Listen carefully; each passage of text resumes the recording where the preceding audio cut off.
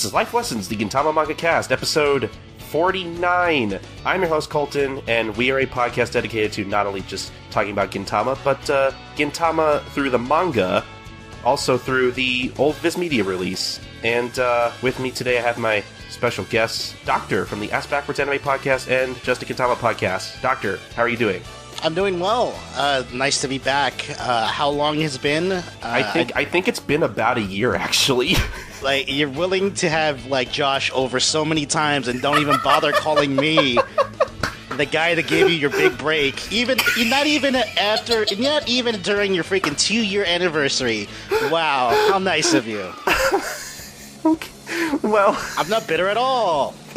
I mean, yeah, that's fair. I do end up having Josh on a lot. My defense for that how about having a guest that actually reads the manga? Well, I mean, I did have Sid. Sid was a pretty awesome guest because he's one of the few people who's read the manga over the anime first. Wow, so that was kind of nice. neat. That's kind of nice. So there you go. So ha. He actually wrote into the podcast, my podcast, recently. Yeah, I know. I listened to that episode. I like that episode, by the way. Was it on the 100th one? Yes, we've passed 100 episodes, and you're about to get to 50. So that's a big congrats to you, actually, because to be honest, like doing this for the amount of years that you have been doing, it's always commendable because it's nice to know that we have like an ally in arms still around and kicking. And the fact that you guys are at least almost at a 50-year. I mean, it's 50 episodes of anything is actually pretty, impressive. It really is, because I mean, like you and apparently everyone else, nobody thought I was going to make it this far. Like, I think I think one of my favorite moments in the entirety of doing this show was when I was recording our first anniversary show where I had all of my old crew, all of my friends, plus another guest. So I had like 5 or 6 people on the show, which I'm never doing that again, even if it was pretty fun. And I remember one of my friends was like, okay, show of hands, because this is a podcast and everybody can totally see that, friend. How many of us thought that Colton was going to quit like halfway through? And everybody raised their hand, and it made me feel like shit. But wow. Yeah, that's great. Yeah, it's great. My friends are the best. And I'm not on the show anymore, so... Nope. I mean, that's mostly because they're all busy with other stuff, but, I'd have them on if they weren't as busy, but like one of them's a manager at a fast food place now, one of them's in the Navy, and the other one's at school, like 4 hours away from where I live. So it's kind of hard to get us all together at this point. One of the two things is actually important. Guess which one it is? Yes, one of these things is not like the other. But I mean, like that's part of the reason why I started having people like Josh and you and Recon and everyone on to try to get a good like rotation of different guests. And sometimes I worry that like maybe people might not like that because maybe people prefer consistency. I don't know. No one ever writes into us. I think they just like people who have a good opinion on the series. Is there such a thing as a good opinion? Yes, mine. Okay, that's fair. But no, I think it's good to have sort of a different voice on every once in a while. It can get samey because especially if you have like myself and Foxy who run the Just a Gintama Podcast, we tend to have like a similar voice in the sense of like we sort of see similar things of the show. And sometimes it's nice to have a different perspective. And sometimes we can mesh and have somewhat better conversation that way. Having people like Recon, for instance, I know you had him on here, or spoke to him recently on this thing we did. It's nice to have a different voice. I guess, like, if I had someone within our, I guess, quote, speed, it'd be a little bit boring. But having a little bit more excited people on there who are probably have viewed it through a different perspective or kind of are involved heavily in the fandom. Yes. For one reason or another, given your recent episode. It's good to have that sort of different view on the series. And it just makes for a better conversation, really. That's pretty much it. But I was going to say earlier, in my defense about Josh, I only have him on so much because, he's he's going through Gintama for the first time, and I don't really have anyone like that to come on the show, so I really like capturing that first time experience of going through Gintama and not knowing, what's ahead of him, and him, being like, hey, Colton, is this important? No, it's not important. And he's just, I think we talked about that kind of stuff on when you, me, and him recorded that thing together, where he's watching the show, and, like, he's kind of conflicted because sometimes he's like, oh, is this thing happening right now going to be important later, or is this just a big throwaway thing? There's a level of, I don't think I gave him shit for that, but maybe I did. I don't remember when we recorded. I actually don't remember either. But I think it's a thing that of like, hey, just enjoy it. Don't overthink it right now, which is unfortunately a problem with him specifically, but to me, it's both a good thing and a bad thing. Yeah, I think that's it. I think they're missing something out. If you spend too much time on it, you're not going to be able to see the bigger picture. It's a weird thing to say. It makes no sense, but it's better for you to be less detail oriented to actually realize there are even deeper meanings. Yeah, which I think is something we're probably going to be touching on with this particular arc of the manga. Exactly. It's one of those things where you're like, oh wow, I didn't realize I said this. That matters a lot. But actually, speaking of the manga, so just to kind of go over what we're going to be talking today, we're going to be covering another 3-chapter story arc. I think they have it listed on the Yorizuya Soul forums as the Inugami arc, and or Dog God, however you want to call that. That's chapters 71 through 73 of the manga in volume 9, if you're following along with us.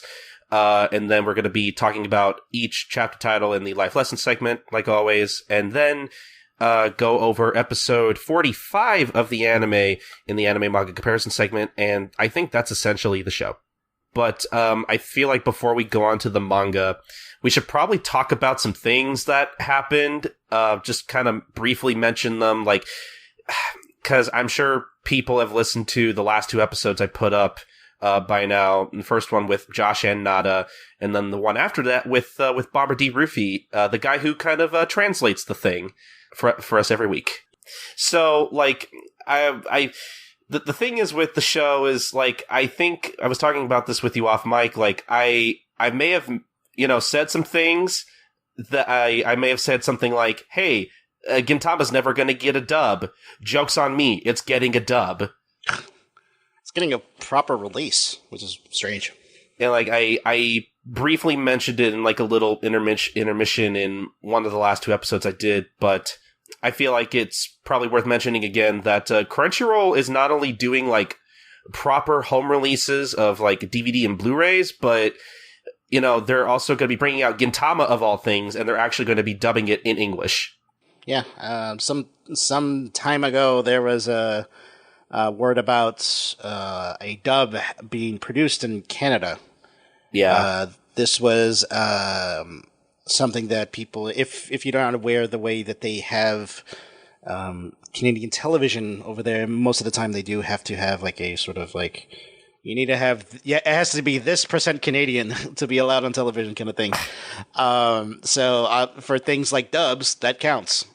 And people saw that it was listed as a one of these items that's going to be dubbed, or at least something, a property that's going to be considered in as a Canadian, Canadian material, with like 52 episodes. 51 or 52, roughly. So that actually is a little bit more than the first season release. I think that's up to the Infant Strife arc, if I'm remembering that correctly. Around there, I believe. I think so, yeah. So that is that's something that at least kind of sparks some, like, what's going on with this? Are they making a dub for Canada only, or what's going on? And it pretty much finally culminated in the fact that Crunchyroll is going to start releasing Blu-rays and DVDs of several series, and one of them being Gintama. Mm-hmm. Yeah. I think at the time of this recording, I don't think there have been any more details about those just yet. No, a whole con passed and nothing happened. Yeah, somebody tweeted at me and told me they were supposed to, like, announce some more details at another con, but it didn't happen. I don't know how true that is. There is a level of, I think, probably now at this point we're getting a conspiracy theory. Yeah, that's what I thought. A part of the fandom where like, oh, they said something at this one time, and they'll probably say a thing that like maybe if you look out, you'll probably find more of this thing. I'm like, I don't know what that even means. In fact, it usually doesn't mean anything. It's most of the time it's usually people kind of misconstruing or like misinterpreting a random tweet and they are like, oh, this means a lot of things, when it's most of the time it's just like, that really means anything that you think it means most of the time. And most of the time it's just whoever's on their Twitter account just said something as simple as, oh yeah, hopefully we have more. And we'll get to that in just a second because that's relevant. But wink. But yeah, I don't know. Like I've seen some people start panicking, like, oh man, when are they gonna start announcing details? Oh no, what's happening? And I'm like, guys, like they haven't announced any details for any of their other dubs either. Like, yeah, like Berserk is getting a dub. The Iron Fortress, the zombies steampunk thing is getting a thing that people like, I guess. The thing that people like that wasn't on Amazon. It wasn't even on Crunchyroll. Like, that's the funniest thing. Yeah, there's a bunch of series that they put on there that I'm like, some of them were actually really good series, and I'm actually happy that people are releasing it. But now, if only we could get Kaiji a dub, that would be amazing. That'd be cool. It'd be nice. I would like to see that, or Kagi. Both are, I mean, worth spending time on. And it's just basically just one guy being miserable. It's pretty much Kaiji, which is funny because we actually did spend a lot of time talking about Kaiji and Akagi in the anime manga comparison segment because again that was relevant. But like I think back then I only watched like 9 episodes of Kaiji back then, and since then I've watched like the entire first season and I love it. Keep watching. I certainly plan on it, but the Crunchyroll stuff is an awesome thing. Like I don't know, like I am strongly considering double dipping on this because I kind of want to own both. Oh, I mean, yeah, I've owned both. I mean, I own the Sensei release, so at least having a chance to not. I mean, most likely, I'm just gonna buy the Blu Ray now. So, oh yeah, that's right. We don't have to shell out Sentai anymore. Thank God. Well, hey, I mean, like, not. Yeah, I appreciated the work that they actually put in to give the show a shot. That's pretty much all I could say. That's true. Yes. Like I don't know what I can say about certain parts of the movies, but I'll leave it at just like, hey, some characters were really good and they had some really good ideas. I wish there could have been more put into it, but more direction. Maybe, I don't know, but that's something. But either way, I'm happy that at least there is something being produced. And who's the cast? I don't know. But it's the funniest thing that the fandom is so weird in the sense that there are people clamoring to know about the dub only to shit on it later. I know, right? It's really weird. Like, people are like, I'm surprised that, I mean, I know there's a subsect of people that actually really care about having an English dub and having a cast of course who's on it. But I think there's also a level of another subsect of people who like viciously don't want a dub on this thing because how can you replace the other cast? I'm like, it's very easy. Okay, like, oh my god! For God's sakes, people, like, read a book. Read a book. Read a book. Read a manga. Notice that they don't have words on there either. You can't hear anything off of that either. Well, I mean, Doc, there are words in a manga. Yeah, I mean, you can't hear it. Spoken words. You can hear it in your head. Yes. In your mind zone. In your mind head. In your mind head, but like honestly, it's a silly thing, and it's the fact that it's getting a live action movie. Like, yeah, like the cast is going to be replaced regardless, and it's a Japanese property. It's a Japanese cast. But Doc, like the problem I have with the live action movie is that none of the characters are animated. What a travesty! They're not animated, and they're not voiced by Tsukino. Like, it's one of all of those things that I'm just like, guys, like, really, you're complaining about this? This is the weirdest thing to complain about. Like, in the end, it's gonna have another track for Japanese, and you literally have nothing to complain about. Nothing is happening to the series effectively. The only way that people are gonna get it is either through Crunchyroll, other means, and these home releases. So, and if you're gonna complain about anything, it would be like you can't afford it or something like that. That's on you at that point. Exactly. And like, what also kind of like breaks my heart is that, like, you know, as soon as I found out about this news, I'm telling all my friends about it, you know, all my friends that care. And, you know, most of them are just like, oh, that's cool, I guess. I don't care. And it's like, oh, I'm the only one that cares about English dubs. And then, you know, I tried to argue with my friends the other day that, like, I mean, you know, if you don't really care for dubs, you know, that's just a matter of opinion, and I respect that. Me personally, I don't watch a lot of dubs either, but at the end of the day, like, you know, no matter what you think about the dub, unless it's like just supremely horrible, which I don't think it will be, I have pretty moderate faith in the product that we are going to be getting eventually. You know, an English dub, like you guys were talking about on the show, on Just a Gintama Podcast, this is only just I feel like this is just gonna open more people up to the show. I think we're just gonna get more fans out of this, and I think that's a good thing. Yeah, I think that's, there is a level of not understanding of it, the bigger picture of it, as much as people have a unnecessarily almost possessive love for the cast. There is a bit of people who've never heard about the series, who don't know anything about it, and quite frankly don't always like actively pursue series like this. So having a dub is just a little bit easier to get people at least checking out a show. Yeah, exactly. It's unfortunately a real thing that does happen. Sometimes people don't always like read subtitles. Sometimes people prefer having an English dub on it. Yes, it's a very Japanese show. We get it. Mm-hmm. But I think there is a level of like having it be accessible to people and not trying to compartmentalize it in this sort of like own little bubble that is just like, oh, it's of something very special and it should only be presented this one specific way. You're not giving it a chance to actually allow it to be more than it actually is. It's a form of entertainment, and you have to let it breathe a bit and let it like have it be interpreted a different way. For all we know, they have people on there that make it a very good dub. Like we don't know anything. There's nothing to like I said, there's nothing to complain about because it doesn't exist yet.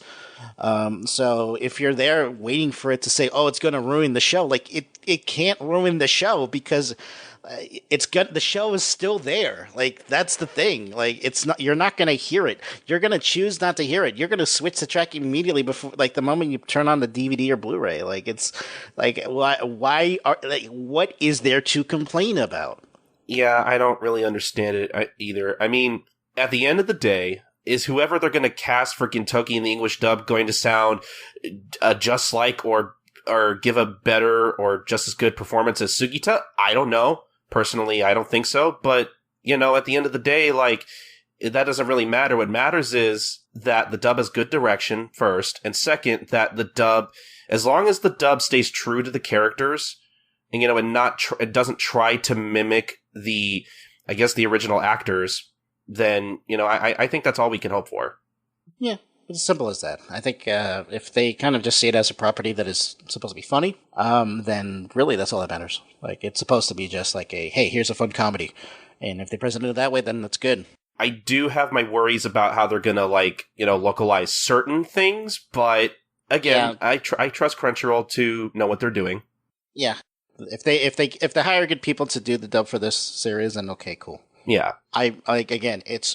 We don't know anything now. Like, even after, like, however many months it has been since they announced it first. So, like, hopefully given it's a Canadian dub, I wouldn't be surprised if, like, they wait until, like, a big Canada con. Yeah, probably. But, I don't know, like, I'm actively looking forward to the dub, personally. Yeah. It's always nice to check out dubs every once in a while. I do. I'm not a big what's the word? Elitist about that kind of stuff. Me neither. Yeah. I think I like probably one of the recent series I watched was Your Lie in April on Netflix. Wonderful show, and I think having dub just happened to make that work so much better. Oh yeah, that did get a dub. Yeah. It's go check it out if you've never checked it out. It's a sappy soap opera, but it's well worth your time if you actually really enjoy that kind of stuff. And it's just overall a nice little show. It's very pretty, great music. It's basically what the majority of it is about. But it's very well acted. Like they do good with acting. The much good. So I think that's like one of those things that I think, hey, had I not, I mean, I could have checked it out on Crunchyroll when it was on there, but like I ended up not seeing it, and I ended up checking out the Netflix on Netflix on dub, and I love the hell out of it, and I actually I recommend it to people whenever I get a chance to. So. Well, there you go. But real quick before we get on to the manga, so actually speaking of the manga, we kind of mentioned earlier about fan conspiracy theorists with tweets and whatnot. So I'll probably leave a link to this in the show notes just so people don't think I'm like making shit up. But I haven't deleted it, so you don't have to worry about it. So apparently somebody on Twitter basically asked Viz Media about the possibility of Gintama getting picked up again. And they pretty much responded with, "Yes, we hope so. Stay tuned." Which obviously, Doctor, that means we're totally gonna get Gintama back, right? No. Oh, what? Oh, well, fuck. Yeah. Okay. Yeah, that means kind of little, very little. See, go on. No, I think there is a misconception. I think there's something that I think a lot of people don't realize, but some people talk to people and it happens. Yeah. And they have a lot of people manning these Twitter accounts, and they rotate a lot. And I know, and like, this is nothing new. Like, this is something that, like, people are saying, like, oh, but they usually don't say anything. But you usually have an egg avatar when you ask that question. So not everyone knows that you are either a really popular podcaster or YouTube guy asking a question, and it's just random Joe Schmo happen to ask it, and they just, I guess sometimes they feel like, oh yeah, well, throw them a bone. I mean, hey, Lord knows that, like, I've tried tweeting at Viz multiple times asking, hey, Gintama's getting more attention, maybe be worth looking into again. I don't know, maybe. Yeah. Like, I'm sure they probably have me blacklisted at this point. Probably just like, no, don't fucking answer that guy. He's trouble. Well, I mean, the problem is, and most of the time it is the amount of work that will go into it, and what is an expectation for a series, and what it means for, okay, we released this series for this amount. No one picked it up. Not enough people. Like, they track it. They didn't see enough people were picking it up for the cost of making it. Yeah. So let's stop it. And that happens. As much as they would love to adhere to a fan base that is small but loud, they can't always financially afford it. I think there is a,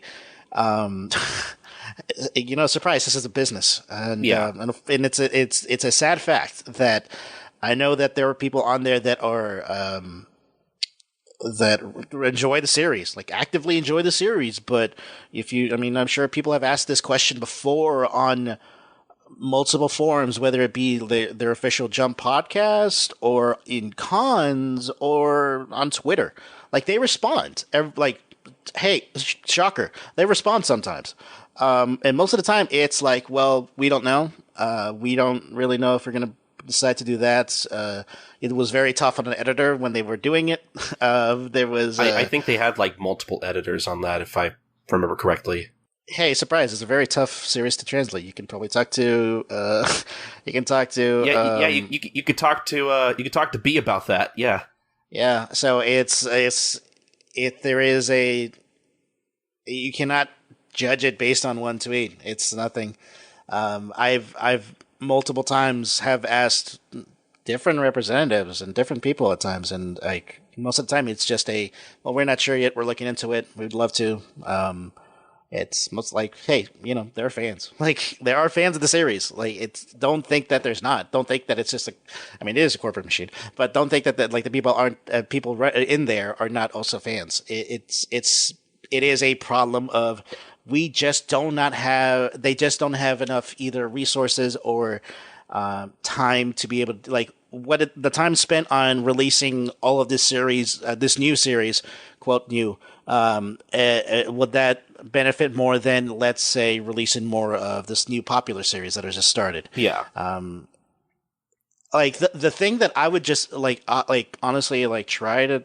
I mean, have they released it digitally? No, they have not. That's something I would like to see if they actually try to do before they actually release more of the series. I would like to see them take a chance and upload those things digitally. That is actually something I constantly advocate for at the end of every manga recap. Is that sure, you can buy whatever's left in print. It's hell, like I know they've reprinted certain volumes before, but it's not available digitally. And I always tell people, hey, if you want it digitally, I've had some people tell me, hey, well, do you think maybe Viz gets tired of people tweeting them about that kind of stuff? And I say, well, I don't think that matters personally, because it's like you said, Doc, they're a business, and at the end of the day, we're ultimately consumers. And I feel like that gives us the right to, tell them what we want. I think we at least deserve that. Now whether they do it, that's ultimately their decision, obviously. But as consumers, yeah, we should be able to tell them, hey, we want this thing. And I mean, it's not like they don't listen. I'm sure they're very, very well aware of what people want by now. Hey, a surprise. They listen. No joke. You can talk to the people that do see the Twitters, and they'll be like, man, people like the show. Mm-hmm. Do enough people do it? Yes. Is the thing. And the people who do it, will they buy it? That's the most important thing. Yes. Because if they take a chance on the series again and they again don't see anyone buying it, then what's the point? That would be horrible. Let's reiterate, and going back again, the reason that they stopped the series is because it was not financially feasible to continue the series because no one was buying it. Yes. You're the problem here, okay? Surprise. The people who didn't buy the series are the problem. It's not us. The people who actively try to present, who are I'm holding a physical book. I dropped the book in the middle of this recording, and it's a little dusty now. But it's we care because we bought it, and we want it. I would love to have more more of the volumes out over here physically. I like to have my shelf covered in it, but I don't. It's just not in the cards because no one bought it in the first place. I mean, will they do it? I don't know. If that's up to them. I would argue that I think because of the Crunchyroll dub coming, that you never know. Maybe they'll pay attention to how well that does.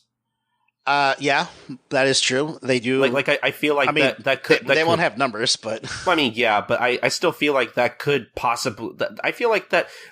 Maybe, I don't know, I was going to say maybe it opens the door, but I would say more, it slightly opens the door ajar, maybe for another opportunity. Maybe, you never know. Well, I mean, that's the point. I mean, even when the movie came out, the manga was long out of, no longer being printed. Yep. Did that cause any waves? Not really. Nah, unfortunately. It's people bought it, and it was obviously not enough to either continue the anime or have more people decide if they want to pick up the manga. But it's just that's true. So it's a little bit of it's a little. I feel like I hate to be the guy that says don't get your hopes up, but I do think that you have to understand. In the end, it's a business, and that you're not going to be able to see this. I mean, it would be great if someone does it. It would be fantastic. I mean, it'd be great if Crunchyroll decides to. Oh wait, they can't. I mean, because reasons. It'd be great if someone were to bring it out, but it's either Viz or nothing. Unfortunately. Yeah, because Viz is partly owned, I believe, by Shueisha, the publishing company over in Japan. So you're not going to get it unless it's Viz, and if Viz doesn't see it it doesn't mean it's gonna. If they're not going to get it, then I mean, you can maybe try when the manga is over in Japan, maybe. I mean, yeah, I remember Josh actually bringing that up on one episode, that, hey, maybe now that the series is near its end, theoretically, they would probably feel better knowing that the series has an end, because it gives them a goal. I mean, yeah. So, I mean, I don't know. Well, here, just to kind of wrap things up, and so we can head on to the rest of the show. So, ultimately, I don't know. Do you think at all that maybe the manga could come back? Or is it just kind of up in the air? It's up in the air. I think that's the thing. I mean, like, in my heart of hearts, I would love it. Like, there's a difference between what I want and what is possible. What I want is, yes, it would. I would love it for it to come back. Is it possible? Not sure. Mm-hmm. Yeah, I think that's kind of how I feel too. Except I don't know. I feel like I don't. After kind of hearing what you had to say about, how, Twitter works with these kind of companies and everything, I don't want to put too much stock in it, but I want to believe that maybe there is something behind it at the same time. I think personally I feel a little conflicted, but I also feel like maybe the fandom in the series, I think, is in a better place than even when I started my show 3 years ago. Because 3 years ago, if you told me Gintama was going to have an English dub, I would have been like, no, you're crazy. Who are you? But I mean, I don't know. I think there's a better chance now than there was years ago. But will it happen? Fuck if I know. Yeah, I mean, a lot. And here's the magical thing: a lot of stuff has happened within the past couple of years that a lot of people did not say was going to be possible. Exactly. A lot of manga have been brought out here that are just like the freaking the white whale that the people would try to grasp, but would ultimately die trying to get. But now you're having like stuff you're gonna see here be brought out, and we're like, oh, cool, awesome, and we're happy for it. So it's at this point, it's like we never say never. Right now, it's just a wait and see. I would love for it to be. I would love for a revival of it to come back, but it's unfortunately has the stigma of no one bought this, so why bother? As opposed to a series, it's never been brought out here, and now it's getting available for people. That's the difference. Like if I were to, I mean, what was the one? Legend of Galactic Heroes. That was it. Yeah, no one would have thought that. No one would have thought that would have come out here. And I would argue that probably has a smaller fandom than Gintama. Maybe a little bit more than you think, but more importantly, that's a property that is new to the market as opposed to a failed property. I could see that, yeah. You have more risk trying to get a failed property than it would getting a brand new property. I see your point, but ultimately, no matter what, I still say people should keep telling Viz what they want. And if you want, I mean, again, a print release, I don't know. I don't know if that'll ever happen again. A digital release, I think, is possibly still in the cards, especially if they're willing to like reprint older volumes. So, we'll probably repeat it later after the manga recap, but, tell Viz Media on Twitter that you want Gintama digitally. They will listen. Yeah. At one point or another. Yes, at one point or another. But that discussion went on a little longer than I thought, but it was good. I enjoyed it. Mm-hmm. But we should probably get on to the manga. All right.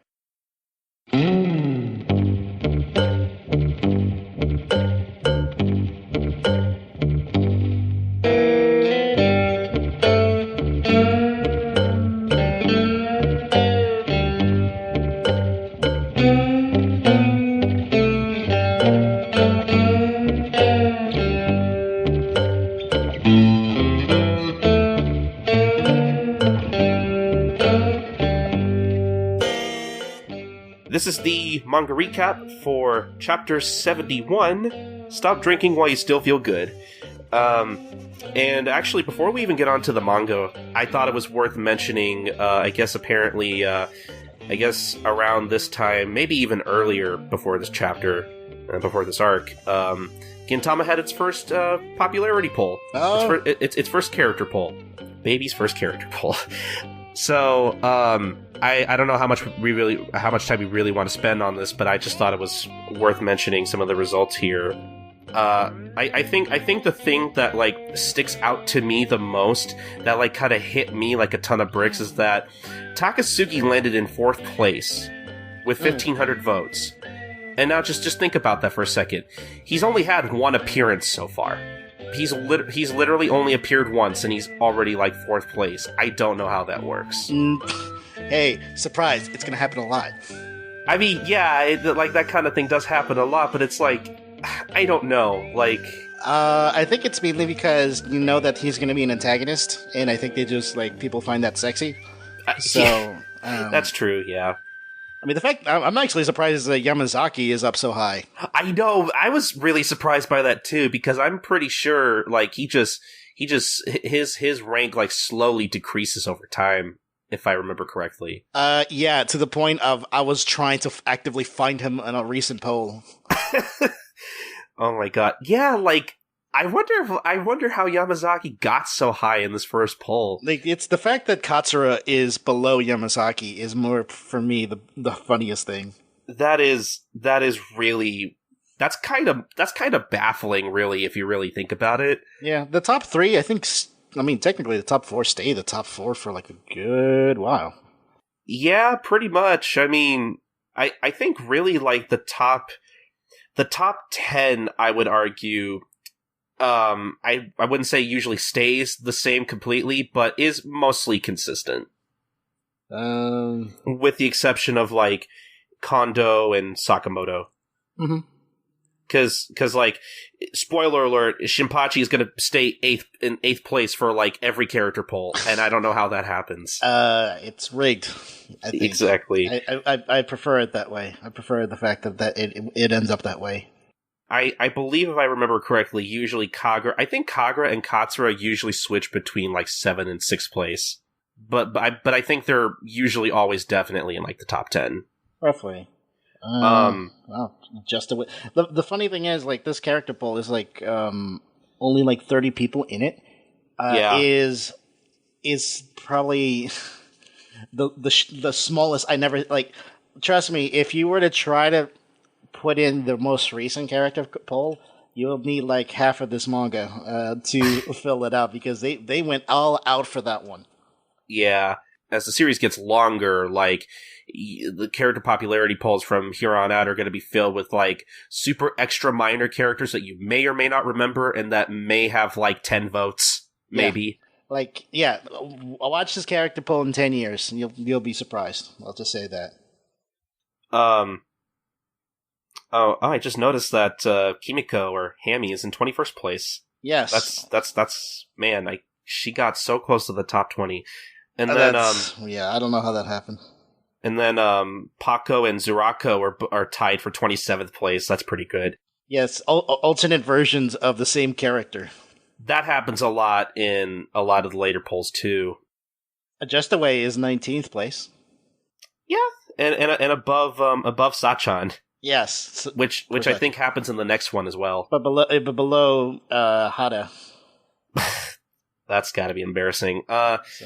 I just noticed 30th place really like dumbstruck me, because I was trying to remember who the hell is Tatsuri, and then I look up the character, because I think they got the first 2 character polls archived on Yorozuya's Soul. Mm-hmm. And then I realized, oh wait, that's a typo. That's supposed to be Tatsumi, the firefighter chick. Oh, wow.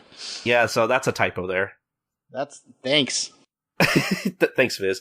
I mean, to be fair, she's a pretty minor character, all things considered, but still. But out of a good amount of these people will appear again.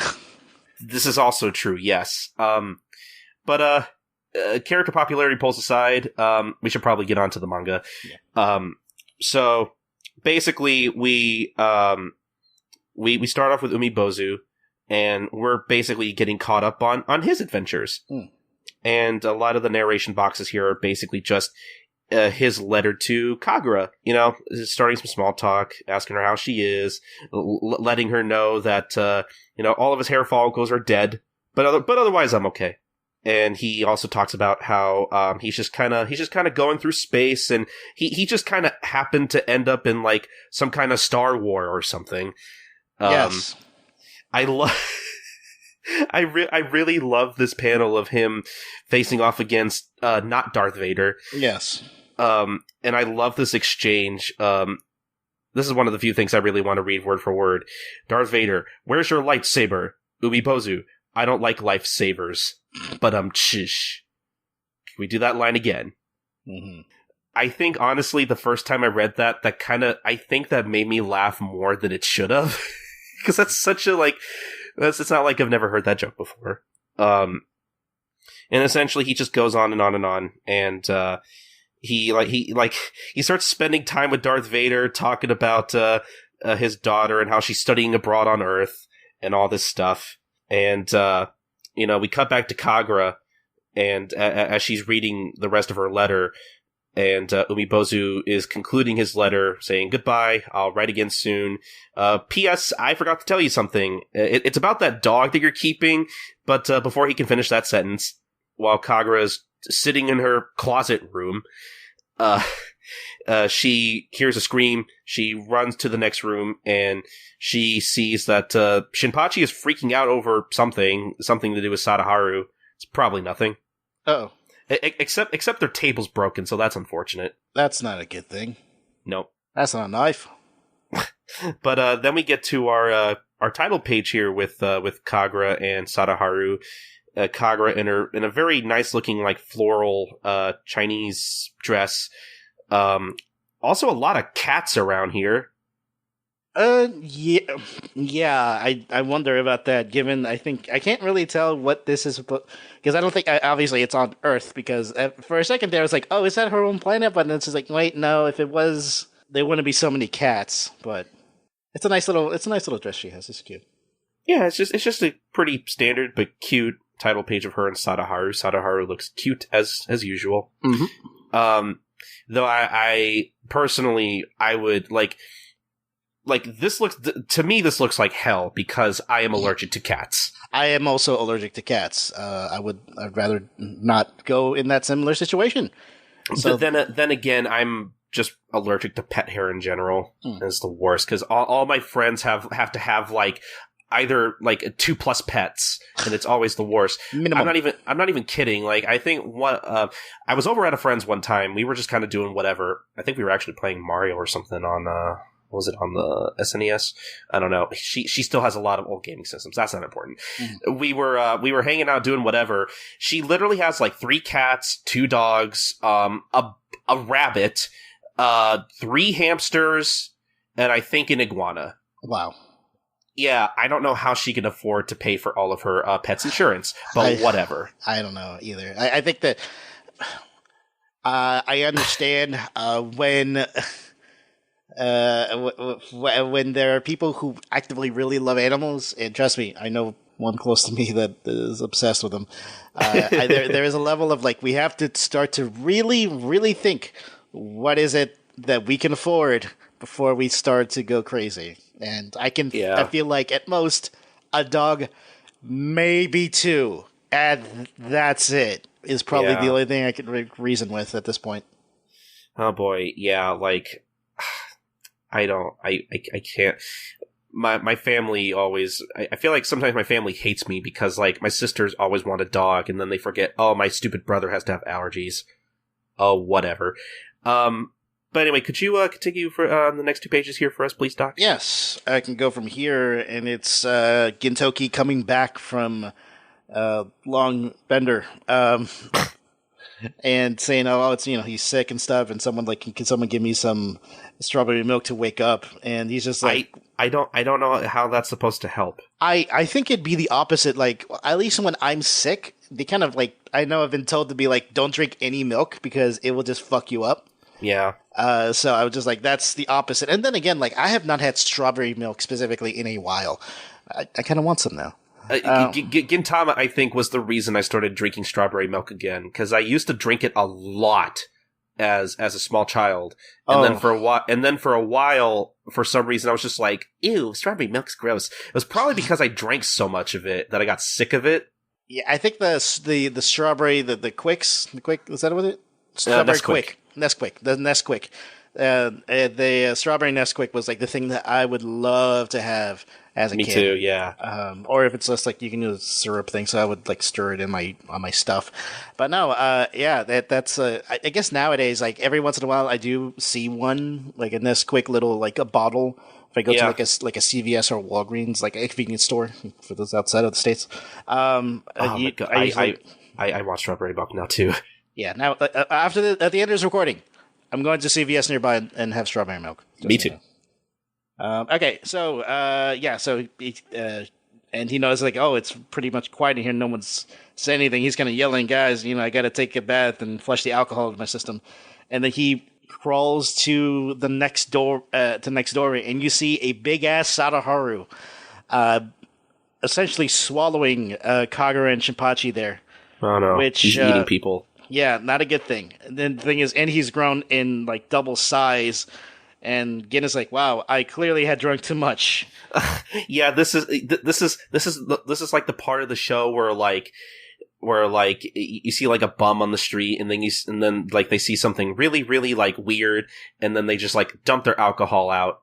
Yeah, and like he regardless, he's just like, "Okay, whatever, Kagura, Shibachi, give me my stuff," and they're just like, "Wow, God, really, dog?"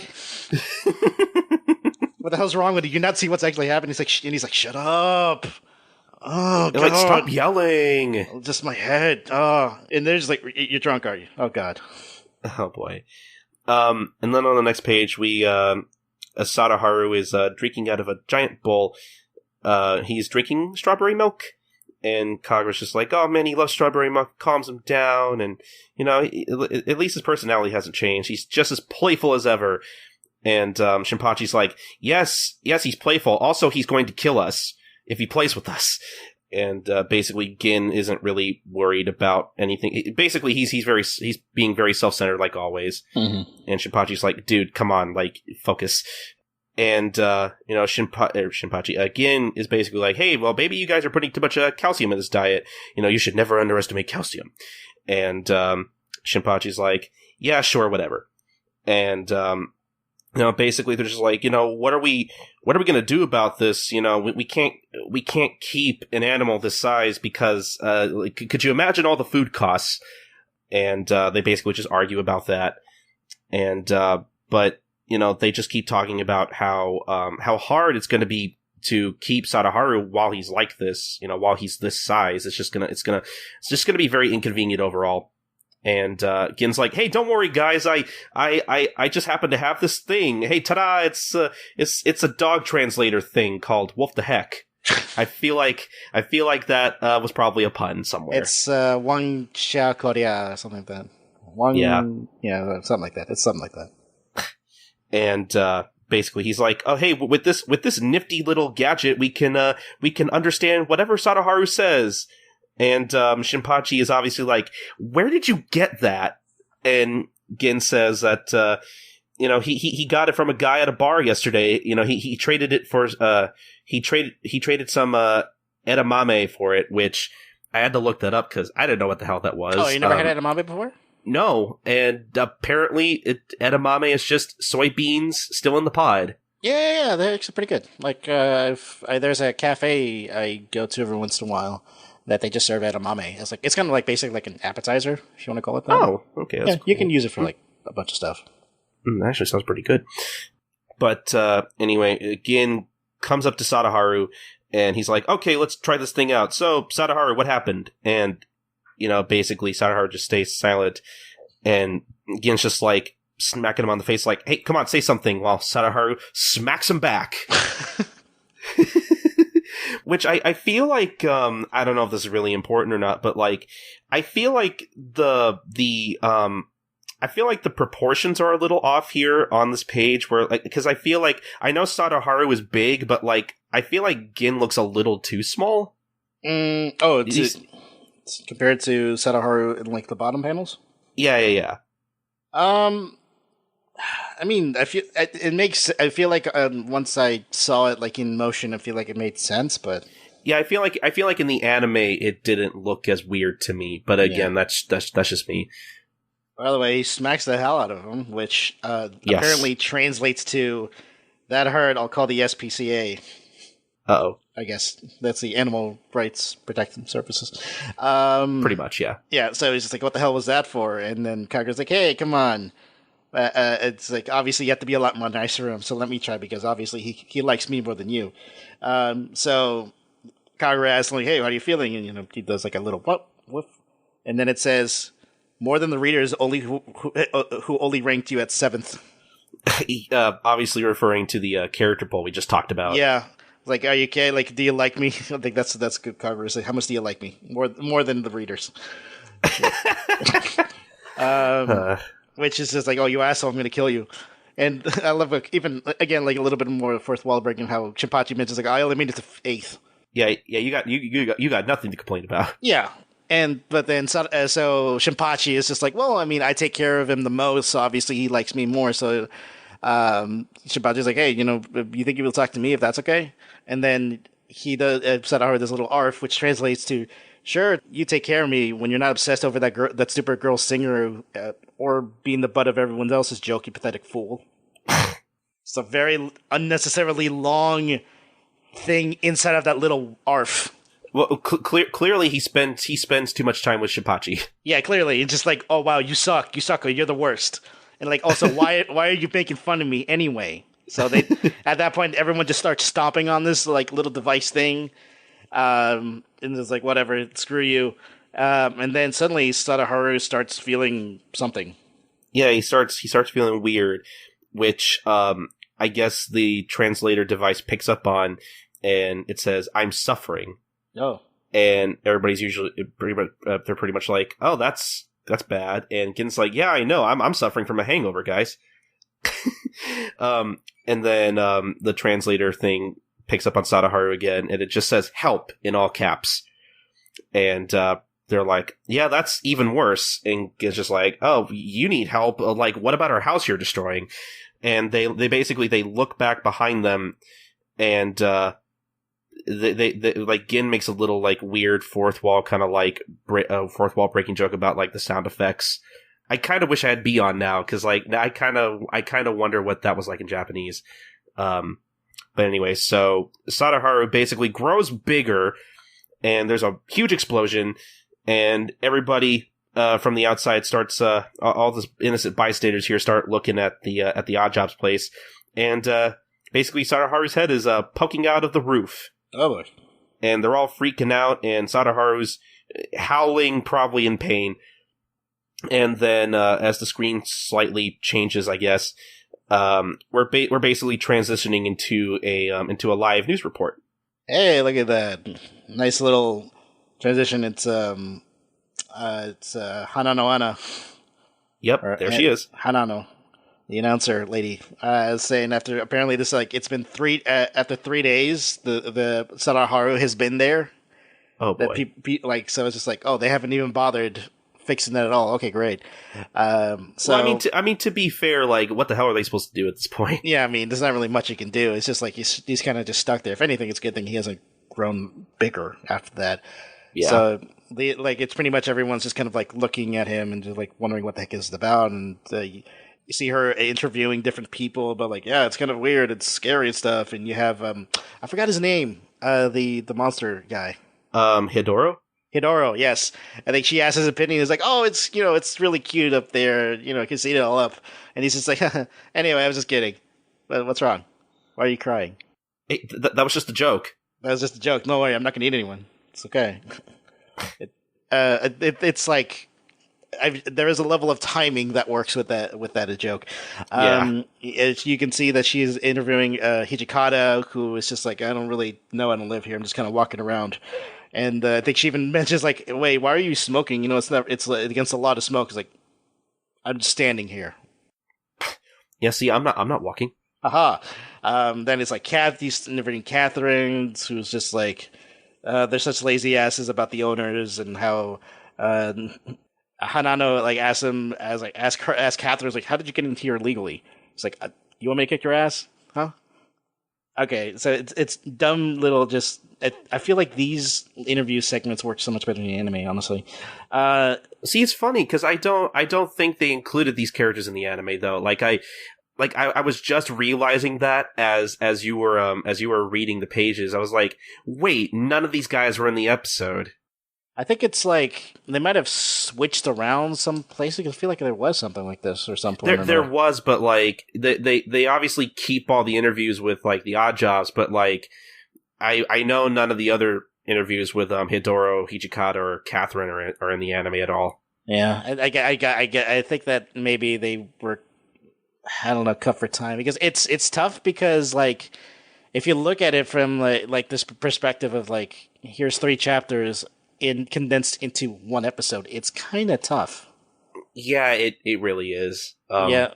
So what are you gonna? What can you really do? Yeah, exactly.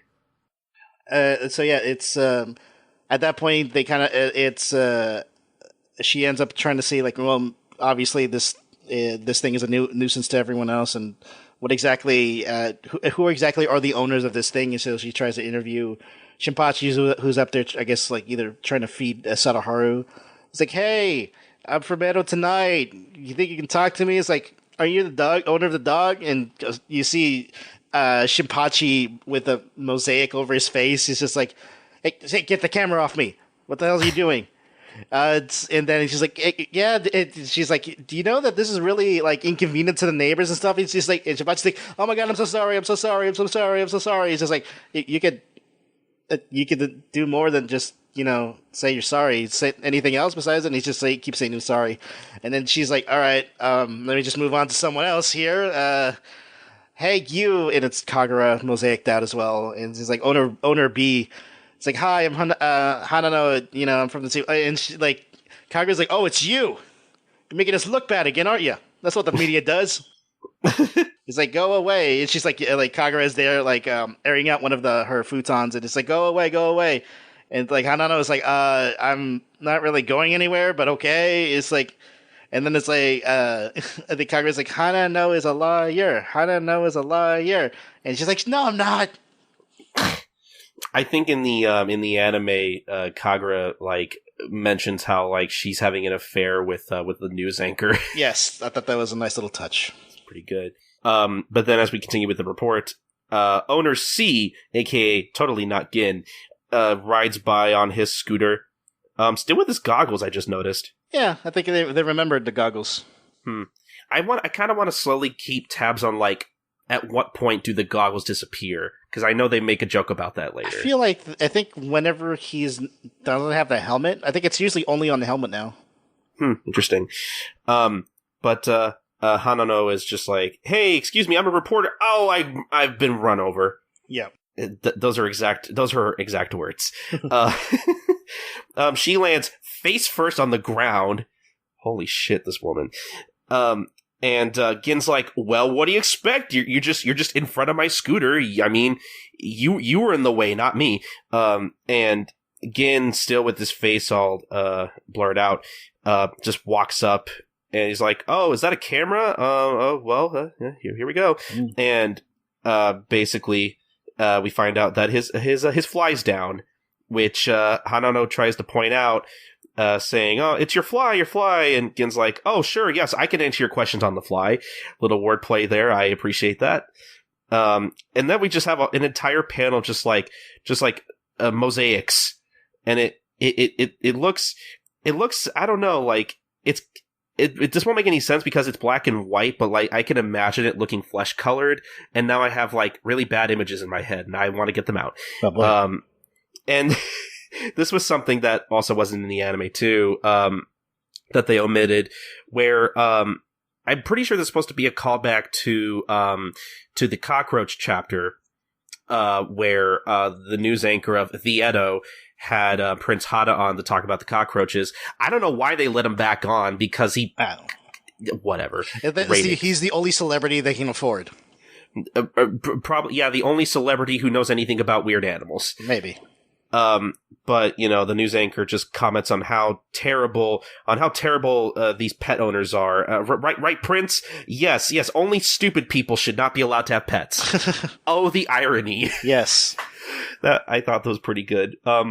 So Otose, as they're in the bar, she turns off the TV, and Gin is just lamenting over the fact that his fly was down on national television, and Shinpachi's like, nobody cares about that except for you. And Otose is like, hey, what are you going to do about this? And Catherine's like, yeah, I can't even sell my Sadaharu merchandise now. I made a bunch of these, like, manju things, and now I can't sell them. Like, get out of here. And Gin's like, hey, we didn't sell you the likeness to Sadaharu. Like, you'll be hearing from my lawyers. They're going back and forth, and Gin's just like, well, I don't know, you bring a good point. Maybe it's just time for us to leave, it's just like the TV said, maybe stupid people shouldn't be allowed to keep animals. And Catherine is just like, so basically you plan on abandoning Sadaharu. And Gin's like, no, that's not what I said. Yeah, so he's pretty much saying if I was willing to dump him, I wouldn't have taken him in the first place. So, we like they said, like we just need to find a better place for him to stay. So, I mean, you see the shot outside. It's raining at this point now. It's Kagura on top of Sadaharu and with her umbrella, and she's like, "Oh, I'm sorry, this thing's too small for you." And Sadaharu's like, "Oh, whatever." Oh my God, Kagura looks so small and cute. It's adorable. I think it's really good, and it's really nice that obviously she still loves the thing, and she's like, "Hey, don't worry about it. Anything." No matter what people say, we won't let go of you, and we'll keep you around no matter how big you get, and we'll just protect you. So someone throws a random rock to Sadaharu. He's like, "Hey, what the heck's going on?" And you see a bunch of people on the street just start throwing rocks on Sadaharu. He's like, "Hey, get out of here, you monster!" It's like, "Hey, screw you, people! I'll call it SPCA." It's like, "Oh, whatever. You can call it SPCA." This is a weird little wordplay here. Wordplay. Call the SPCM M for monster. Got him.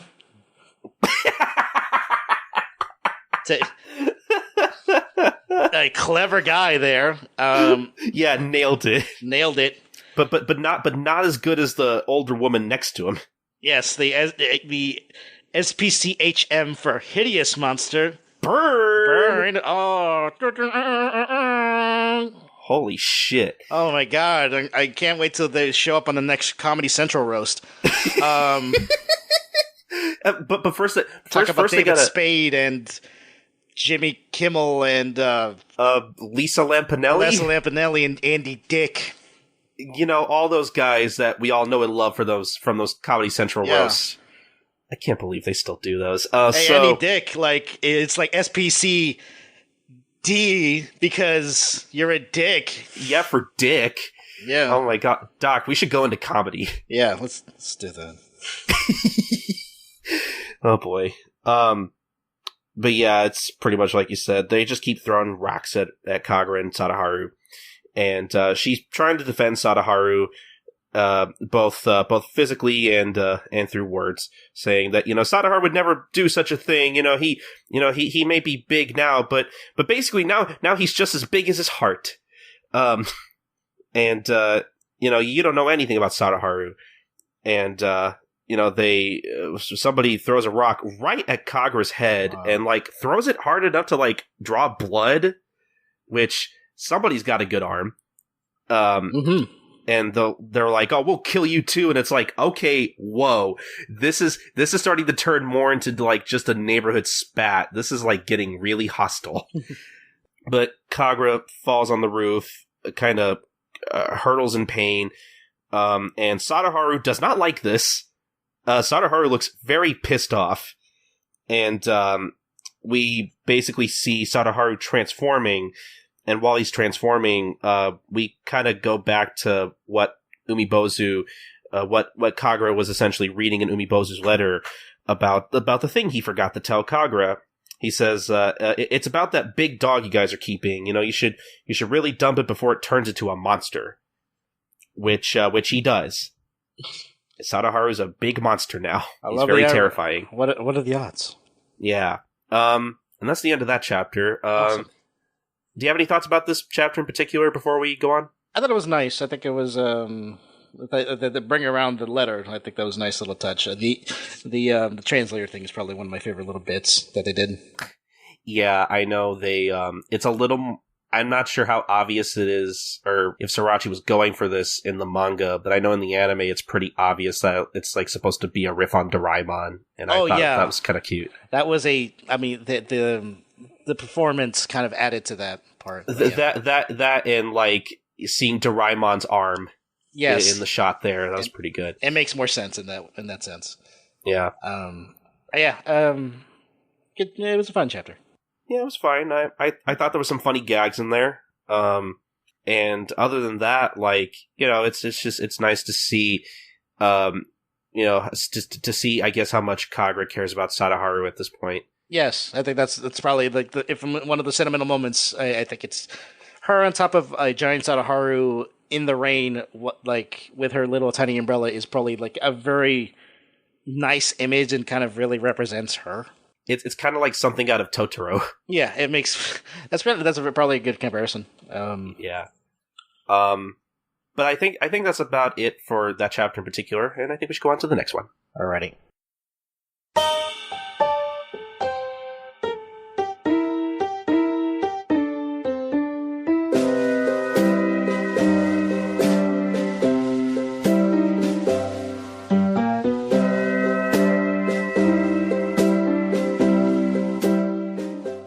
This is the manga recap for Chapter 72, Walk Your Dog at an Appropriate Speed. Mm-hmm. Yes, I like it. That's nice. And I think this is the actual title they went for the anime. I think so, yeah. So when we last left our heroes... I'm sorry, now to our next story. They mentioned how this is now like at a shrine. That's where it's now set up. They mentioned the Ketsuno, the weather forecaster, just fought for divorce. Oh yeah, that girl. Yeah, citing philosophical differences, and that she apparently only been married for 1 year. And you see this lady saying, "Oh yeah, obviously they never stood a chance." Yeah, and it's for such a stupid reason too. They're just obviously they're what does that have to do with anything? Anyway, and she asks this little Sadaharu that I want to keep. I want this dog. It's my heart is melting. It's Kamako. That's the name of the little doggy. I like, and his face looks so cute. Like he looks like he totally agrees with whatever his master says. She's just like, yeah, that's fine. It's just like a little shrine. It's a shrine in here. And then she's talking about she's talking to someone else there, saying it's the other person is asking, "Oh, what do you know about relationships? Talk to me when you actually had some experience." And the first chick says, "Well, I'm a shrine maiden. I'm supposed to be a virgin, not a slut like you." Oh, damn. Which I'm like, burn. Jeez. And she's like, "Well, just remember that this slut here is actually the one feeding you and finding jobs for you that you keep quitting." Which I'm like, wow, okay, this got real all of a sudden. Yeah, man. And then I think it was the other girl's like, "So, but why does a shrine maiden actually work at a cabaret when I'm supposed to be spending my time praying this whole time?" It's like, well, there's not enough money in praying, so sadly, we can't really just earn our living through praying. Yeah, we can't just pray for money. Yeah, it'd be great, obviously, and it's this whole spat between the two, like how you pretty much just work there for the hell of it, and how it's like, what choice do I have? Obviously we have to. A cabaret can be a shrine if your heart is pure. It's like, oh, what the hell does that mean? You're just selling booze to drunk idiots, just because they think like shrine maidens are kind of kinky, which is like, I don't know if that's even kinky at all. I don't know if maybe there is a subsect of people that. I mean, different strokes for different folks. I mean, it's kind of like the people who look up like nun porn or something like that. I don't know. Sure. I know those exist.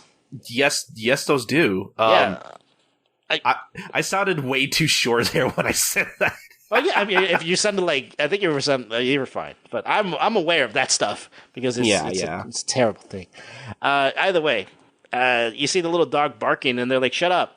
And then they notice that the TV that they're watching is they mentioned about the Sadaharu and how it's apparently suddenly this dog is on top of it. This huge dog appeared in Kabukicho. It's like, And one of them is like, "Hey, wait a minute, I know what that is." And then you cut to this giant Sadaharu with Kagura hanging on by its tail, just rampaging through Kabukicho, and it's obviously the Listen 72. Walk your dog at an appropriate speed. And they're like, "Oh God, help us! It's a monster. Is this a festival or something? What the hell's going on?" And and Kagura's like trying to make him stop, but it's not really doing anything. She's like, "Sit, stay, shake," which I don't know if shake was the right one, but okay.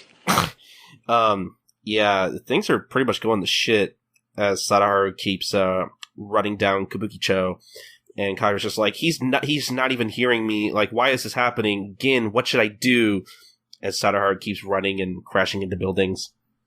And we cut back to Oddjob's Gin, and we basically have a bunch of reporters just swamping Gin and Shinpachi for questions about Sadaharu and everything. And we have this one particular reporter named Nashimoto, who I looked it up for the hell of it, and apparently, like, from what I can tell, this guy actually was a real person. Mm-hmm.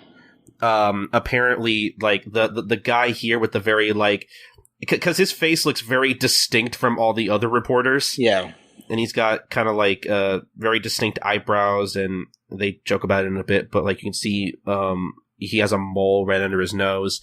And, I actually posted this on Twitter, earlier. I'll probably, I'll put a link to that in the show notes for people to see a little comparison I put up. Just how similar this character looks to the real Nashimoto, the real Masaru Nashimoto, who apparently was like a real celebrity reporter. Oh. Who unfortunately now, I think he passed away back in 2010. Oh, okay. But he was definitely alive when this chapter was published. Mm-hmm. And I just thought that was kind of interesting. I like finding little cameos like that. But essentially, Gin is just telling Nashimoto to get out of his way or he'll rip off his mole. And I'm like, no, don't do that. That would probably really hurt. They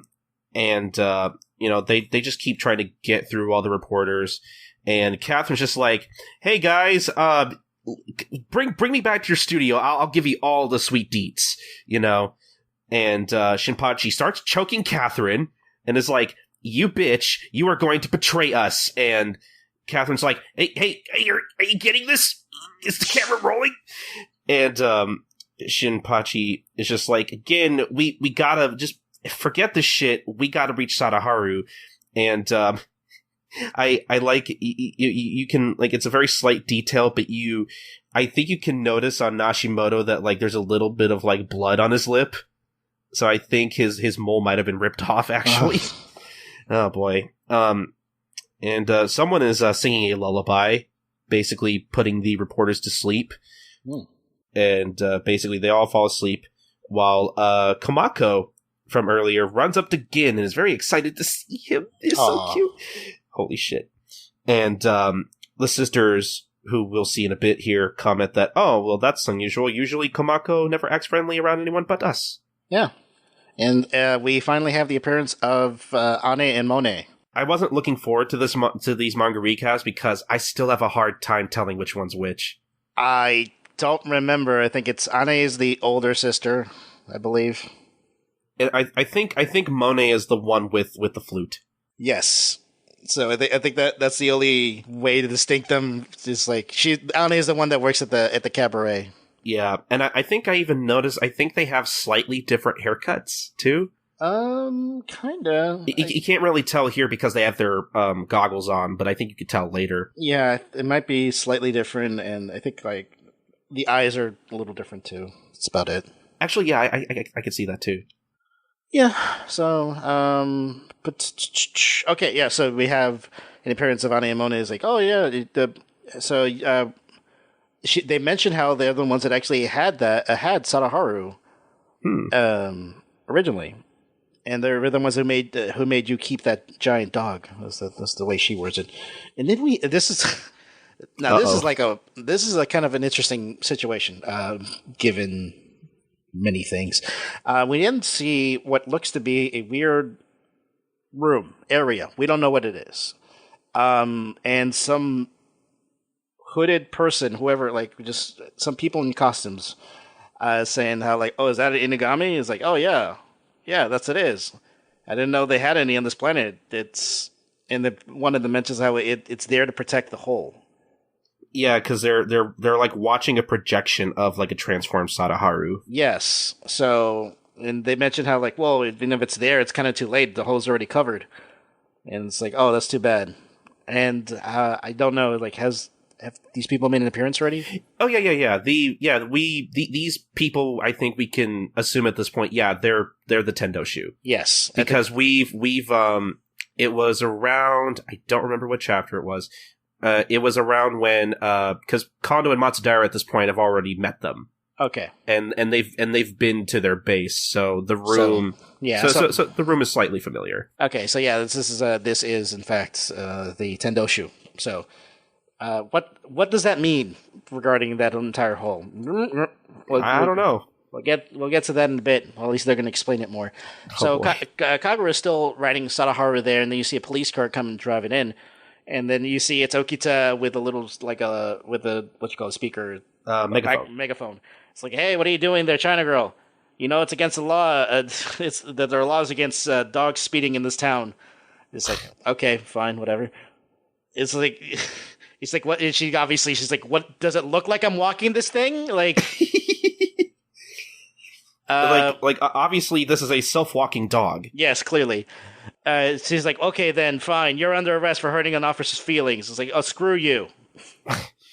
And yeah, we see Sadaharu still running around town, knocking down trees. Mm-hmm. And basically, Okita's just like, hey, can't you like do something about this? And Kagura's like, nope, I'm SOL. And Okita takes out his bazooka and is like, okay, I'm left with option B, kill. And like he instantly looks very, very like evil. Mm-hmm. And tells Sadaharu bye-bye, but not until Sadaharu like knocks his car out of the way, and Kagura is laughing at him. And, obviously thinking Okita's out of commission, except somehow he jumped out of the car fast enough to grab onto Sadaharu, and he's essentially alive. Yeah. And Kagura is trying to kick Okita off of Sadaharu, and we have a line of Shinsengumi men, led by Hijikata, who looks very pleased. And tells the rest of his men to fire their bazookas. And Okita's basically like, curse you, Hijikata! Yeah, so the explosions are basically like outside of the, like, more into the city, while you see then go to Gintoki and Shippachi, or they're like, oh wow, they're just making things worse now at this point. Like, what are we going to do? And Gin's like, because they're basically driving away from the explosions, or like, no, like more or less they're following the explosions to the from one angle, and how like, well, don't worry, we're not guilty of anything. I mean, we're just good citizens. Who are taking care of the abandoned dog. All the real ones are the ones who left it there, abandoned, right? And he's just looking at the sisters, is like, really, dog. So he's just like, and this is like a little back and forth there. It's like, obviously and he's just like, oh, well, foster parents care more about than the biological parents, because we actually have to, we actually, spend more money on food and other stuff. So pay us for the food. Give us money. Give me money right now. That's again, it's like, well, I think like he even calls like, hey, pay us back to the shrine skank. And then I think it's Ane is like, don't call my sister a skank. And then, oh wow, I forgot. Monet? Yeah, Monet. Yeah, Monet's like, he's calling you a skank. yeah, basically, he's talking about you. Yeah, she's talking about you, sis. So it's like, well, you have to listen a bit, because like, I was about what Sadaharu is, and now this is an interesting. I'm getting all the like important panels. I don't know how that worked out. What really Sadaharu is about, that there are two Kamiko to serve a guardian spirit of the Dragon's Hole, which was the thing they were talking about, that the Tendoshu were talking about, and which were like, what the heck is that? And so they explain that underneath the ground there is a chi, that flows through the earth called the Dragon's Path, and that it's pretty much the power. It's a thing that essentially that helps run the planet. It's like this energy, this planet energy source, if you want to call it that. Which Gin compares to an intestine. Yes, it's just like, oh, it's just kind of like that. It's like, yeah, sure, but yeah, she kind of like Anne's still going like about how it's the opening where the flow actually comes out of from the ground is called the Dragon's Hole. Oh, you mean sort of like no, not there. We're not going there. It's like really, and so apparently since ancient times, that it's been said that a nation built upon the Dragon's Hole would go great with the Earth's power, but if a nation lost its Dragon Hole, that the land would become poor and the spirits would wither and the land would be ruined. So apparently there are dragon holes in Edo, in that the largest one is called the Koryumon. There you go. Koryumon. So the actual dogs that known as Kamiko, the servants of the gods, have actually been protecting this Koryumon and since ancient times, and that these things are actually what they call Inugami, or god dogs. So it's sort of like, and then Guinness says, it's kind of like the hair. No, stop making it worse than it actually is. I do want to point out that this is actually not the first time that Sadaharu may have been referred to as an Inugami. Yes. Even as far back as his first appearance in Chapter 10, and I cannot believe I remember this detail from like way back when we recorded that episode, but I remember it was around the part when Hata and G run over Sadaharu and Gin and Shinpachi, and they try to like kidnap him afterwards. That G actually makes kind of like at the time was pretty throwaway, obviously, but he makes the observation and is like, isn't this dog an Inugami? That's a thing. Okay, sure. So there you go. So apparently Anemone, or actually the Miko, or the maidens of the shrine that worship the Inugami and have been protecting the Koryumon for like generations, but because the Imanso got chased them out of their shrine and they end up building this tower, the terminal that we've come to know about. They built it on top of it. So, which is what the Tendoshi were referring to. So, I wonder why they built it there. So, yeah, so now that this transportation hub now draws its power directly from the Dragon's Path. So what does that mean? And this also explains why back in Umibozu, when Okita explains that they can't, when the giant alien monster was attacking it, that they couldn't just blast the monster while it was on top of the terminal because the terminal is, quote unquote, a national landmark. Right. So that makes more sense in this respect. But anyway, so with all that explained, Ane says that without their jobs at the shrine, they became poor, and that's why they basically had to abandon Sadaharu. And Gin just basically chastises them about that, like, you dumped him because you were broke, and but Ane's like, but the Yamato will be, they'll surely be punished for using the sacred dragon hole this way, using it for the terminal. And Gin's like, well, don't you think you'll be punished for abandoning a literal guardian, a literal deity? And Ane's just like, well, it's not our fault. I mean, we could have kept him if he stayed small, but I mean, what were we supposed to do? Should we just let it starve? I mean, you guys are odd jobs, or Yorozuya, as Viz uses. Very consistent. But yeah, she's like, well, you guys take on odd jobs. You're supposed to help people in need. Like, that's your job. And Gin's just like, well, don't tell me how to do my job. When you haven't even paid us. And they just keep arguing back and forth. And Shinpachi's like, well, this is no time for fighting. We got to do something about Sadaharu. What's going on with him right now anyway? Which Mone, holding Komako, explains that an Inugami is no different from an ordinary dog. If it doesn't unleash its power, but once it does, it becomes a terrible spirit. And she mentions how Sadaharu was apparently always bad at controlling his power. and he's basically out of his mind. Like he can't really tell friend or foe at this point. And she wonders how how his power awoken without a ceremony, which she explains that there's usually a ceremony, something akin to prayers, offerings of red fruit and goat's blood for the Kamiko's power to be released. And Gin's just like, red fruit and goat's blood, that's kind of gross. Which they clarify that it doesn't have to be like actual blood. Goat's milk will do, or even regular milk like you buy at the store. And, the red fruit, we're talking about refers to stuff like strawberries, pomegranates, stuff like that. And Gin and Shinpachi have this moment where they kind of think it back, and they're like, strawberries and milk. Strawberries and milk. Nope. But obviously we're supposed to gather that it's because of the strawberry milk that Kagura fed Sadaharu earlier that he became this big. Mm-hmm. As we cut to Kagura trying to hold on to Sadaharu, saying, "No, Sadaharu, stop! I'll give you all the strawberry milk you want. Please just calm down." Not knowing it'll just make it worse.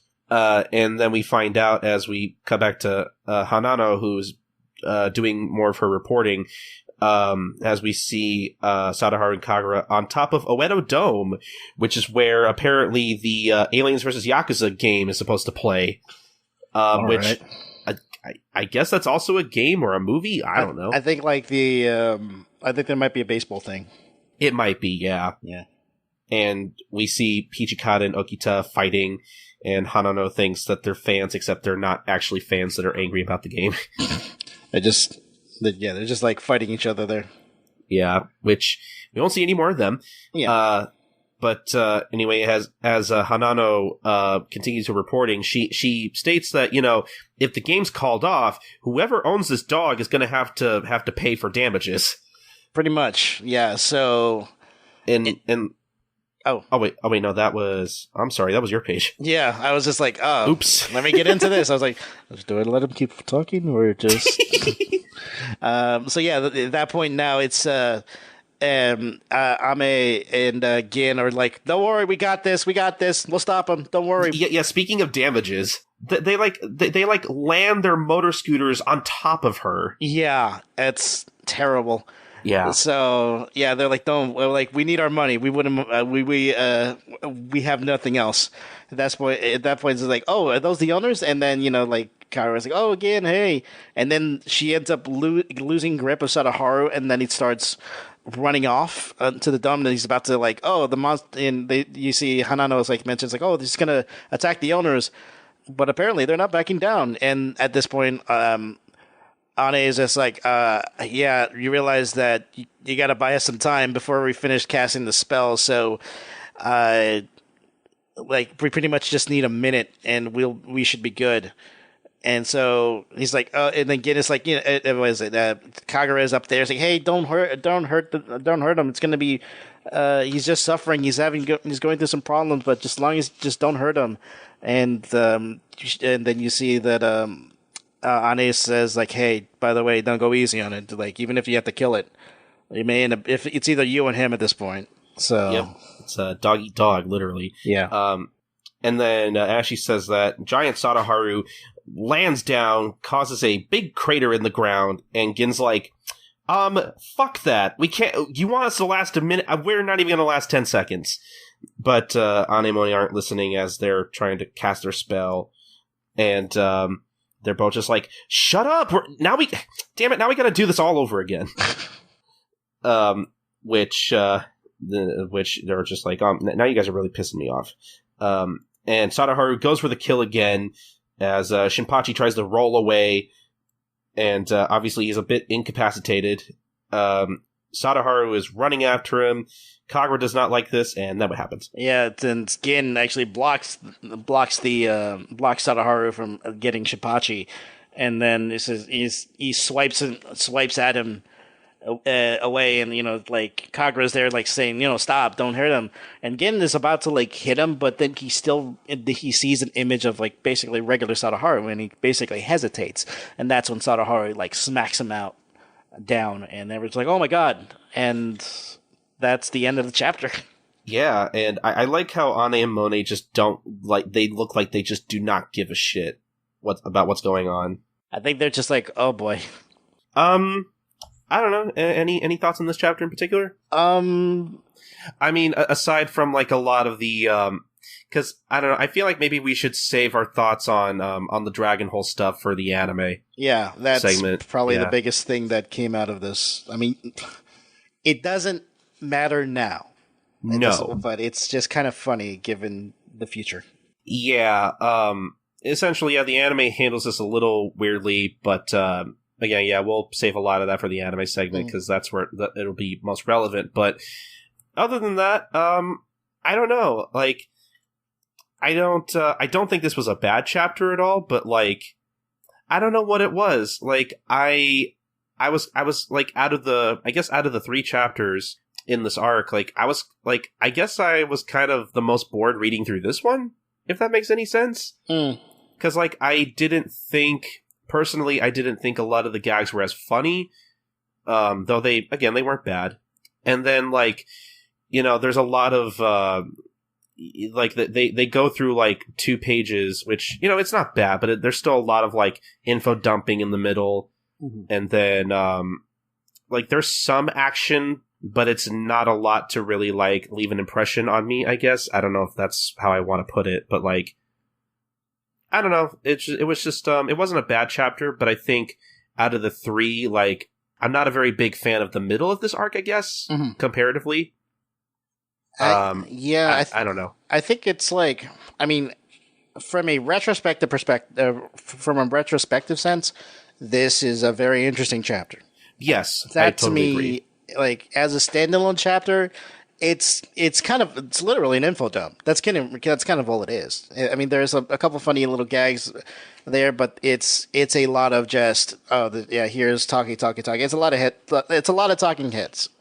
Yeah, which you kind of come to expect. That's part of Gintama. It's just a lot of talking. I mean, I'll probably mention this when we get to the anime segment too, but you know, like, I totally agree with what you said. Yeah, like, this stuff is interesting in retrospect.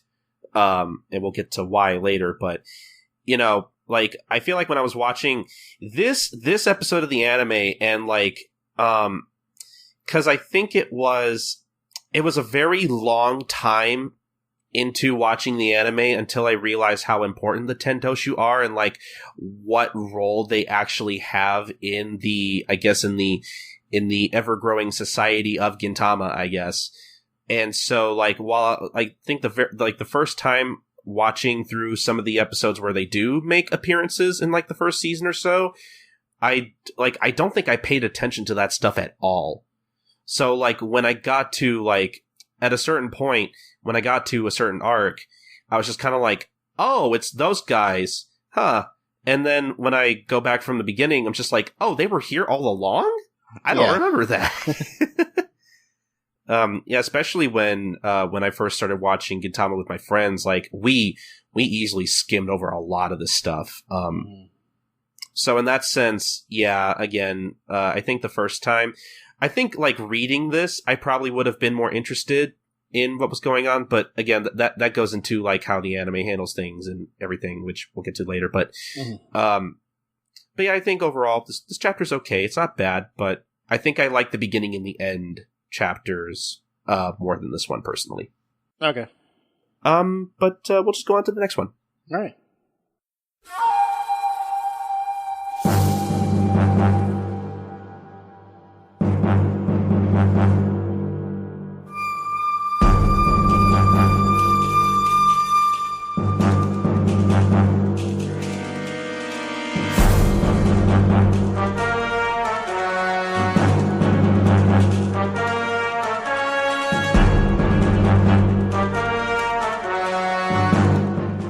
This is the manga recap for Chapter 73, One Bark is Sweeter Than a Million Songs. Got a nice title page here with Sadaharu and him hanging out with Gin, Kagura, and Shinpachi. They're all just basically, like, I can't get enough of Kagura cuddling with Sadaharu's tail. So cute. And like, Sadaharu has like a crown of flowers. And it's very cute. I don't know. Is there anything else to say other than it's cute? No, that's pretty much it. All right, well, there you go.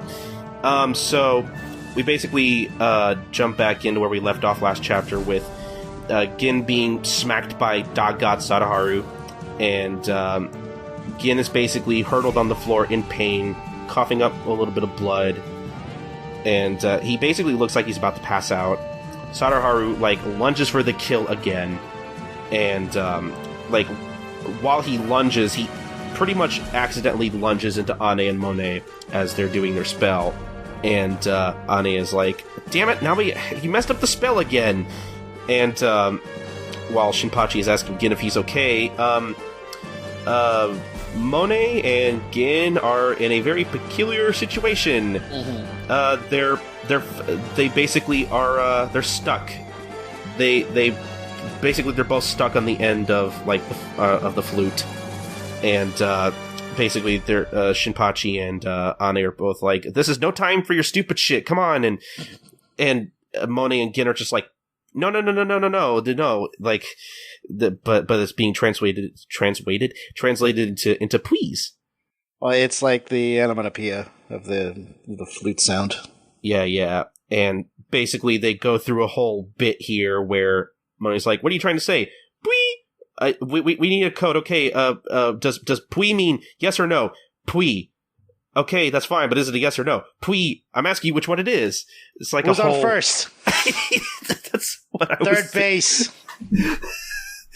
Oh, my favorite band, The Who. The Who? Oh boy. And basically they're just fucking around, and they're just being smacked around for just for no reason. And one of them, one of the puis, one of the onomatopoeia, Monet can just suddenly understand as Daiskank, and Shinpachi's like, oh, you understood that one. Okay, that's cool. That's useful. And they're about to get eaten by Sadaharu, and then they start running, and Monet and Shinpachi look back, and Gin and Monet are both running in sync while they're still stuck, and they look like Siamese twins. It's way too provocative than it should be. Yeah, it's pretty funny. And because they're on the other ends of this flute, they're basically blowing into themselves, each other's carbon dioxide, so they're essentially suffocating. And then at that point, you see Monet's basically punching him, and then it's just to fight it off. That way they can get out.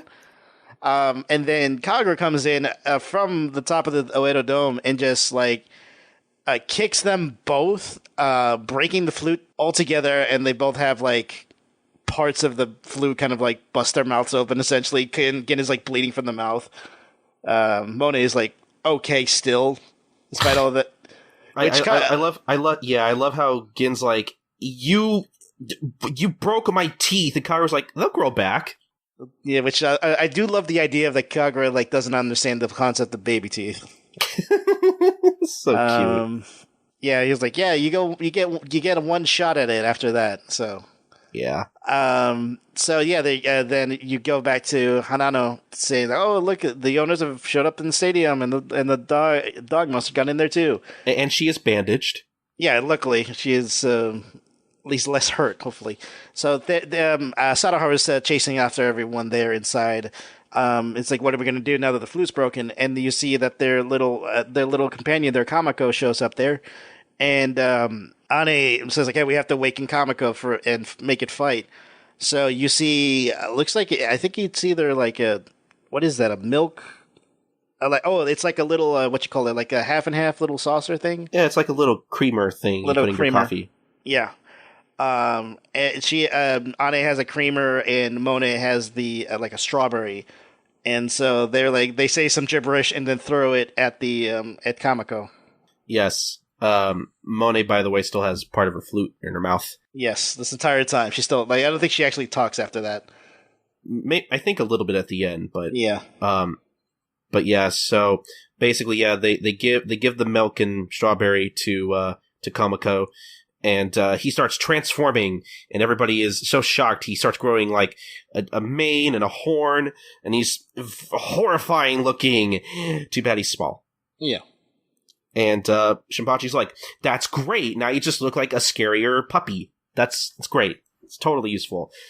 And the sisters explain that there are always two kinds of Inugami. There's one offensive one and one defensive one. And Komako is the defensive Inugami, which basically means that he produces barriers. All right. So he basically keeps Sadaharu from chasing after him for a little bit, stalls him a bit, as they run out into the baseball stadium. Yeah. So it seems that Ane has like an idea, and which I guess that's like why I mentioned like they were probably talking about baseball. So she ends up putting a kind of like a little pentagram on this baseball, saying that I'm gonna cast a spell on it, and now what we have to do is essentially play catch. So they need to trace a pentagram in the air.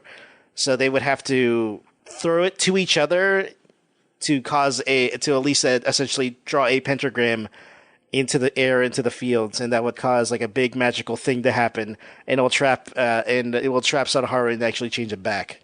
So the only thing now is that they have to find a way to get Sadaharu like in this predicament. That way they can actually do that.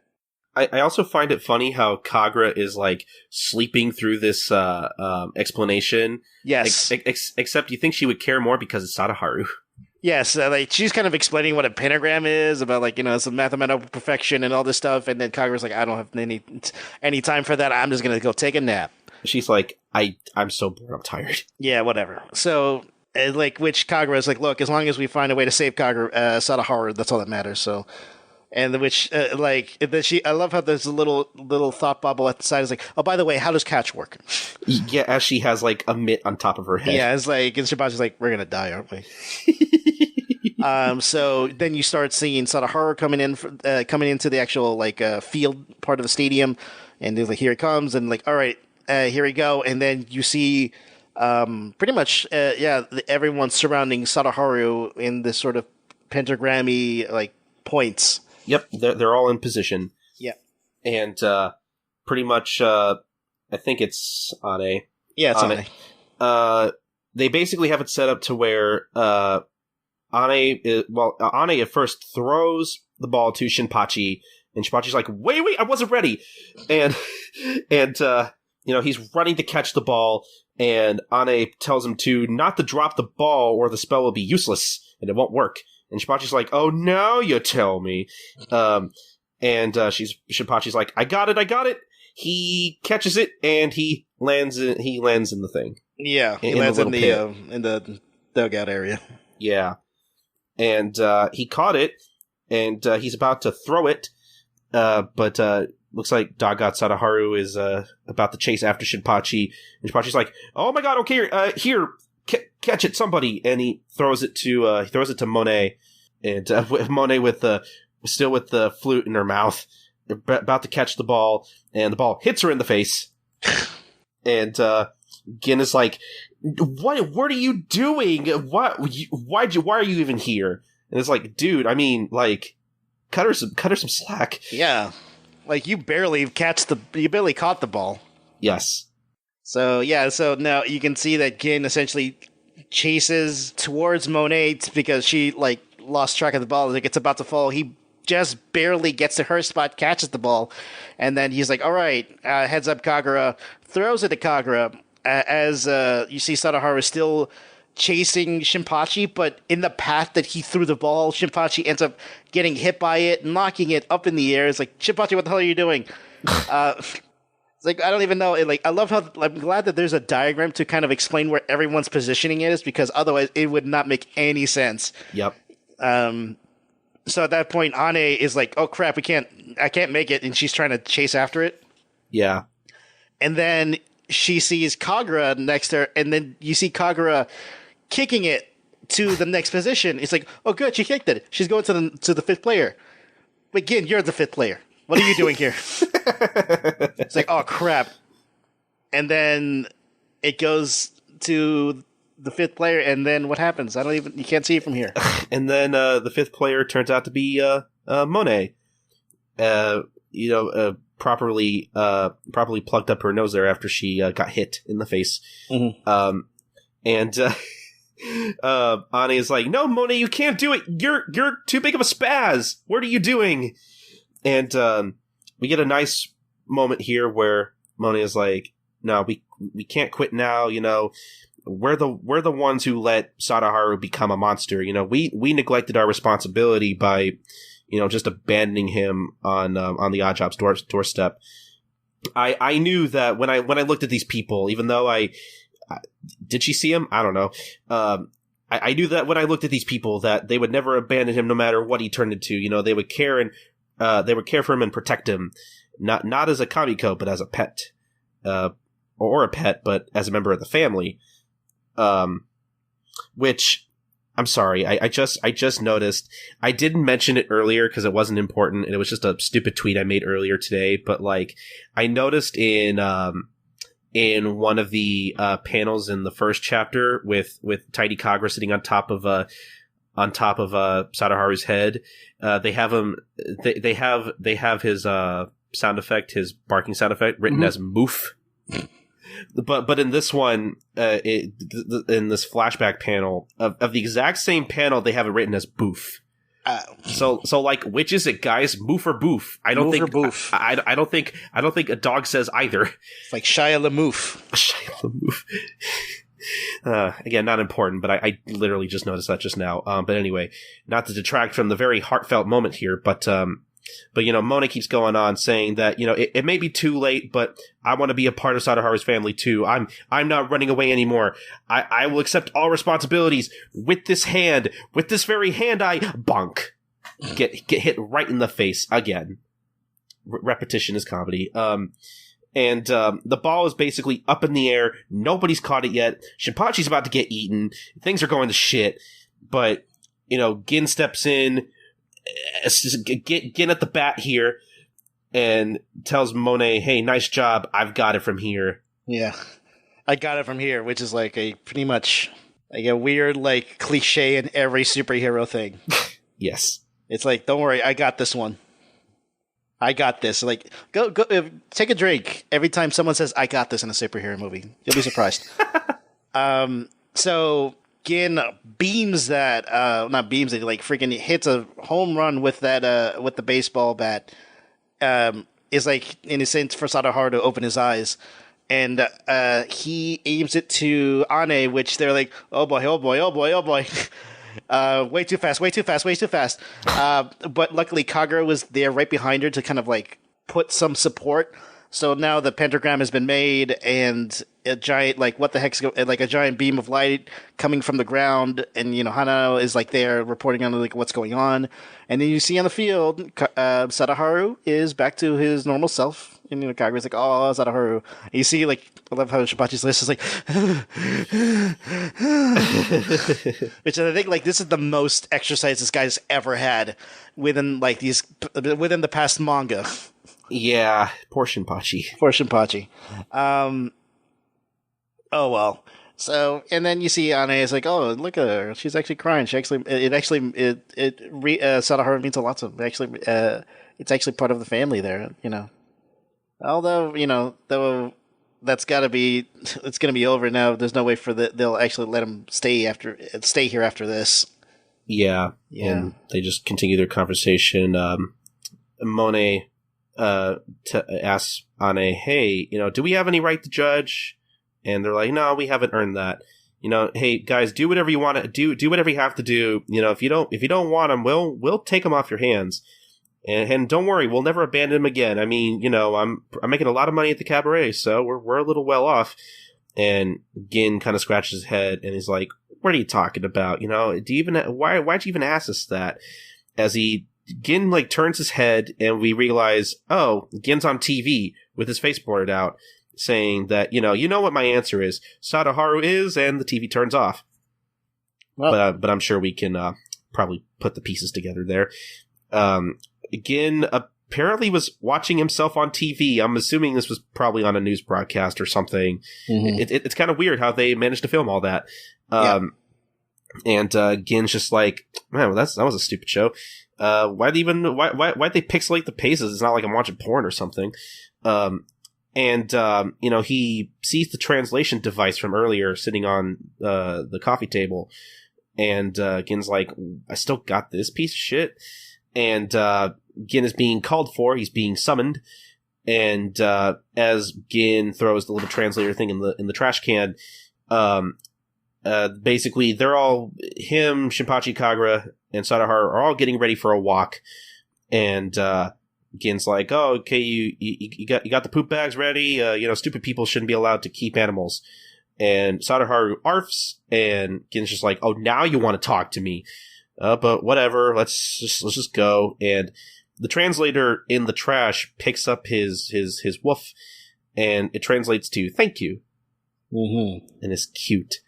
What's also cute is Kagura's little, you don't see it very well here in the manga as you do in the anime, but she's got a very nice floral dress on. Yeah, it's actually very nice. I'm surprised every once in a while they go out of the way to give Kagura like really nice little outfits. I do like that there is just like tons of Sakombu in this garbage can. Yeah, I didn't even notice that. That's funny. Any thoughts about this chapter in particular? It's very sweet. It's a very adorable little chapter. At least it ends in a very adorable way. Funny, ridiculous. Like, it's one of those just like, even though you kind of expect it to be extremely hilarious in motion, this still works very well in just written form. Like you really can follow along with it. Yeah, it's still the manga got some good laughs out of me at least. Yeah. I mean, this entire pentagram thing was actually probably, like, obviously the big highlight because everyone just looks like a freaking idiot. Yeah, it's pretty funny. Yeah, like I said, I definitely prefer this chapter. I think, honestly, I probably, I guess, I don't know what purpose this serves, but, like, if I ranked them in order, I probably like this chapter out of the three of them the most. Which means I guess I just really like the climax of this arc, in particular, I guess. And then I definitely like the first chapter of this, the second. And then, like I said, the middle, well, it wasn't bad. It didn't really keep me very engaged. At least not completely, but it was still okay. I don't know, like, I guess, what did you think about the arc overall? Overall, I thought it was really nice. Nice little. I always have a soft spot for Sadaharu. Yeah, me too. So anytime it's kind of like a little story centered around him, it's very enjoyable. Yeah, and it's really nice because it really shows how important Sadaharu is to this family. It's like as much as they joke about and how like they're very abusive to each other. It really shows that they really care for him, and it's like obviously Kagura's love for Sadaharu is like one of the things that kind of keeps me alive. But yeah, it was nice. It was very cute, also very funny. I think like Ane and Mone were fun characters that I wish were around a lot more often. It's sad, but like this story and essentially the chapter after this is the last time you really see them. And I kind of had wished that you kind of go back. I mean, the problem is that there is no real reason to have them around, but it's one of those like, it's more of the sitcom thing where like they introduce a lot of these characters, and every once in a while you're like, oh, those guys were fun. I really hope they come back again in the future. Yeah. Yeah, I actually like reading this again. Ane and Mone's characters actually, they're fun, and yeah. What more can you really ask for?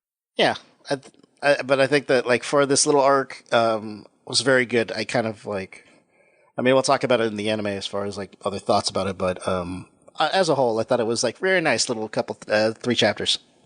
Yeah, I think I liked this arc. It was nice. It was funny. Very, very few, like, very little moments of, like, some emotional moments in there. Mm. I remember the first time I watched the anime episode for this, the part where Gin has that image of normal Sadaharu. I remember that killing me the first time. Like, oh no, no, don't hurt Sadaharu. Sadaharu did nothing wrong. Yeah, I think like overall, like I don't have much else to say other than I liked it. It was fun. It was fun. Mm-hmm. Yeah, it was cute. And I think that's really about it. So, guys, if you I don't know if you like this arc, if you like this volume 9 of the manga, actually you can go to I think I probably mentioned it on the podcast before this.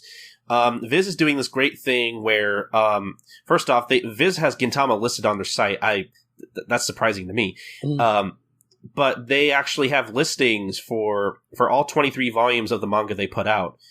And, essentially, if you go to viz.com/gin-tama, you can basically look through the listings of whatever volumes they put out. You go to volume 9, and from there you could find a bunch of different links to a bunch of different retailers. If you're interested in buying this volume, or really just interested in buying Gintama the manga overall, personally, my retailers of choice are Amazon or Right Stuff. But you'll also find links to like Barnes and Noble, Books A Million, and what have you. So there will definitely be a link to this particular volume in the show notes if you would like to just look for it that way. Or again, go to viz.com/gin-tama and you'll pretty much find listings for all the manga there. Mm-hmm. But like we said earlier, another cool thing that Viz is doing is, with most of their listings for their print volumes, they also add listings for like their digital editions as well, which unfortunately you don't have that option for Gintama. But like we said in the intro, if you want Gintama digitally, really the best thing to do is to just keep telling Viz on at Viz Media on Twitter. That's their handle. Just keep telling them how much you want Gintama every once in a while. And again, like we said, they listen, they keep tabs on some of this stuff. So, the more people that show them, hey, people want this thing, maybe, again, we don't know if Gintama will ever be brought back ever in, for a continuation at all. But I think a print release for what we have is a little more plausible at the very least, in my opinion. But, I think that's about it for the manga recaps. Hope everybody enjoyed listening to this, and we're going to go on to the next segment.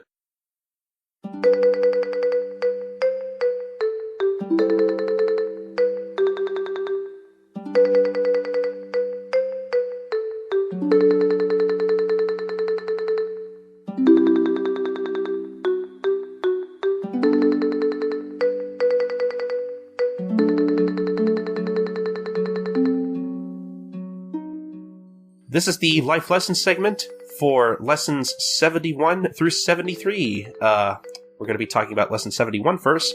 Stop drinking while you still feel good. I think that's straightforward. Very straightforward. I don't know. Can you relate to this at all, Doc?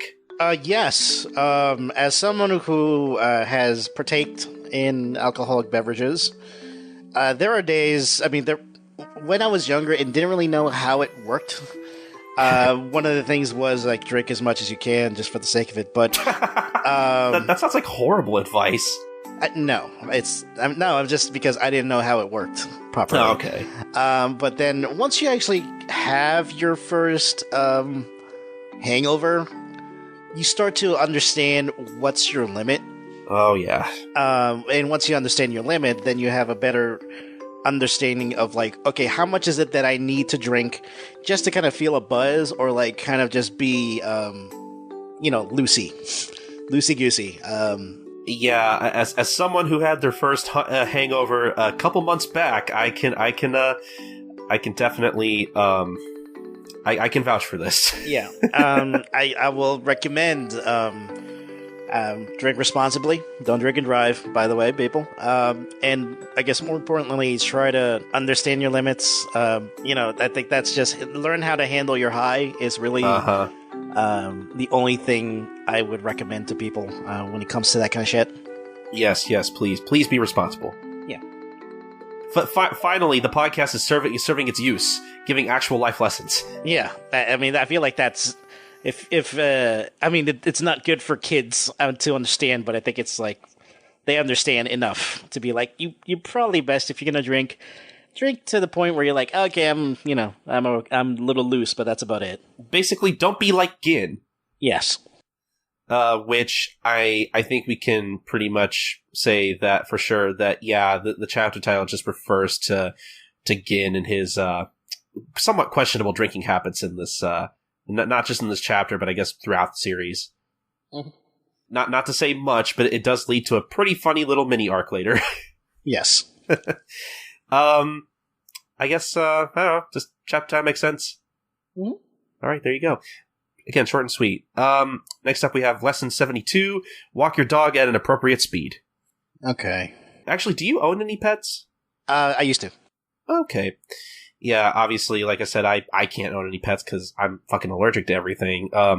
I've tried walking dogs before. My friend Jay, who I've had on the podcast before, her dogs are especially rambunctious. And I remember visiting her at her place one time, hanging out, and she was like, oh, "Okay, we gotta take my dogs out for a walk." And I'm just like, "Okay, fine, I guess I have to exercise." I remember trying to walk her dogs, and like, I remember like I feel like her dogs were probably walking a lot faster than me, and they were like, it's like depending on the dog, like. Again, this is coming from somebody who doesn't have any pets, doesn't have any real experience taking care of an animal. Like, depending on the pet or dog or what have you, like it's like, you know, she was giving me a lot of instructions, like, oh, you got to make sure to like walk him this fast, and like if he pulls on his leash to like walk this fast, and I'm like, I didn't know walking a dog was this hard. Yeah, it's something they have to like it helps because it gets to restrain the dog a bit, just. That way he doesn't start just chasing after, because like otherwise it's like the dog is dragging you. Yeah, her dogs were definitely dragging me that day. That was God, that was a lot more exercise than I wanted. I feel like this one's pretty straightforward too. The chapter title refers to, you know, I'm assuming the bit with Okita being like, "Hey, you can't walk a dog that fast," and all that stuff. Yeah, I mean, it's like it's more like you're speeding in a car more than it was actually anything really. Yeah, but, yeah. I mean, that's a joke, but I think it's more like, I think I can kind of see like the proper dog walking is a thing. Yeah, yeah. So basically, lessons 71 and 72 are pretty much just more of those like messages from Sorachi, where Sorachi's like, "Hey guys, remember this," or "Hey, don't do this," or "Do that." Essentially, I think the chapter title makes sense. Yep. Now, the one that's got me stumped is lesson 73. One bark is sweeter than a million songs. I don't know what the hell this means. I think it's more like referring to Sadaharu as less like I think it's more like a thing like having the love of a pet. It means a lot more than like so many other things. I guess it's just like, hey, look, you know, like you care. I think that's mainly what they're kind of going after. Okay, yeah, I could see that. Because like when I first read that, I wasn't sure if that was like some kind of Japanese idiom that like Viz translated like, you know, literally. So I don't know. I see that more as just like. For people, not always like, you know, they don't always like for people like, hey, hearing the dogs barking is kind of like, oh, cool, you know, like it means to them a lot more. I think that's mainly it. Mm-hmm. Like, you know, if you care for your pet, you know, you obviously they'll have their own foibles. I'll give it that, but I think it's just more so love of your pet is really what it's kind of going after. Yeah, I do, and it's just like, I guess the way it's like more than a million songs, melodies, whatever, is just like like you can have all these good things in the world, like, but it doesn't amount to just having this little guy around. Yeah, basically having a companion. Yeah. It's funny. I was tweeting about this chapter title in particular, and one of my friends was like, I don't know. I don't really know what this means. Every time I hear my dog bark, it's just incredibly annoying. I mean, yeah, it's more so, I guess, what does that mean? Like, what does that actually mean as opposed to, like, does it, like, literally trying to say? Yeah. In terms of what it's trying to imply for the chapter in particular, I think it's pretty self-explanatory because, obviously the climax of the arc near the end, deals with, basically how much Sadaharu means to the Odd Jobs, and even like what they mean to, what he means to maybe the Miko sisters in a way. Mm-hmm. So I think this chapter title makes sense. Yeah, I think so. And I think that's about it. Again, very short and sweet. That's why I like the life lesson segment, is because it's the segment that takes the least amount of effort to edit. Yeah. But if you guys have any thoughts on these quote unquote life lessons, or any past ones we've covered on the show, or any ones we may not have covered on the show yet, even we'd like to hear your thoughts on some of these, of what you think they mean to the series and how you relate to them, at gintalifelessons@gmail.com. Please send those in. We would really like to read those. But with that, let's go on to the next thing. All right.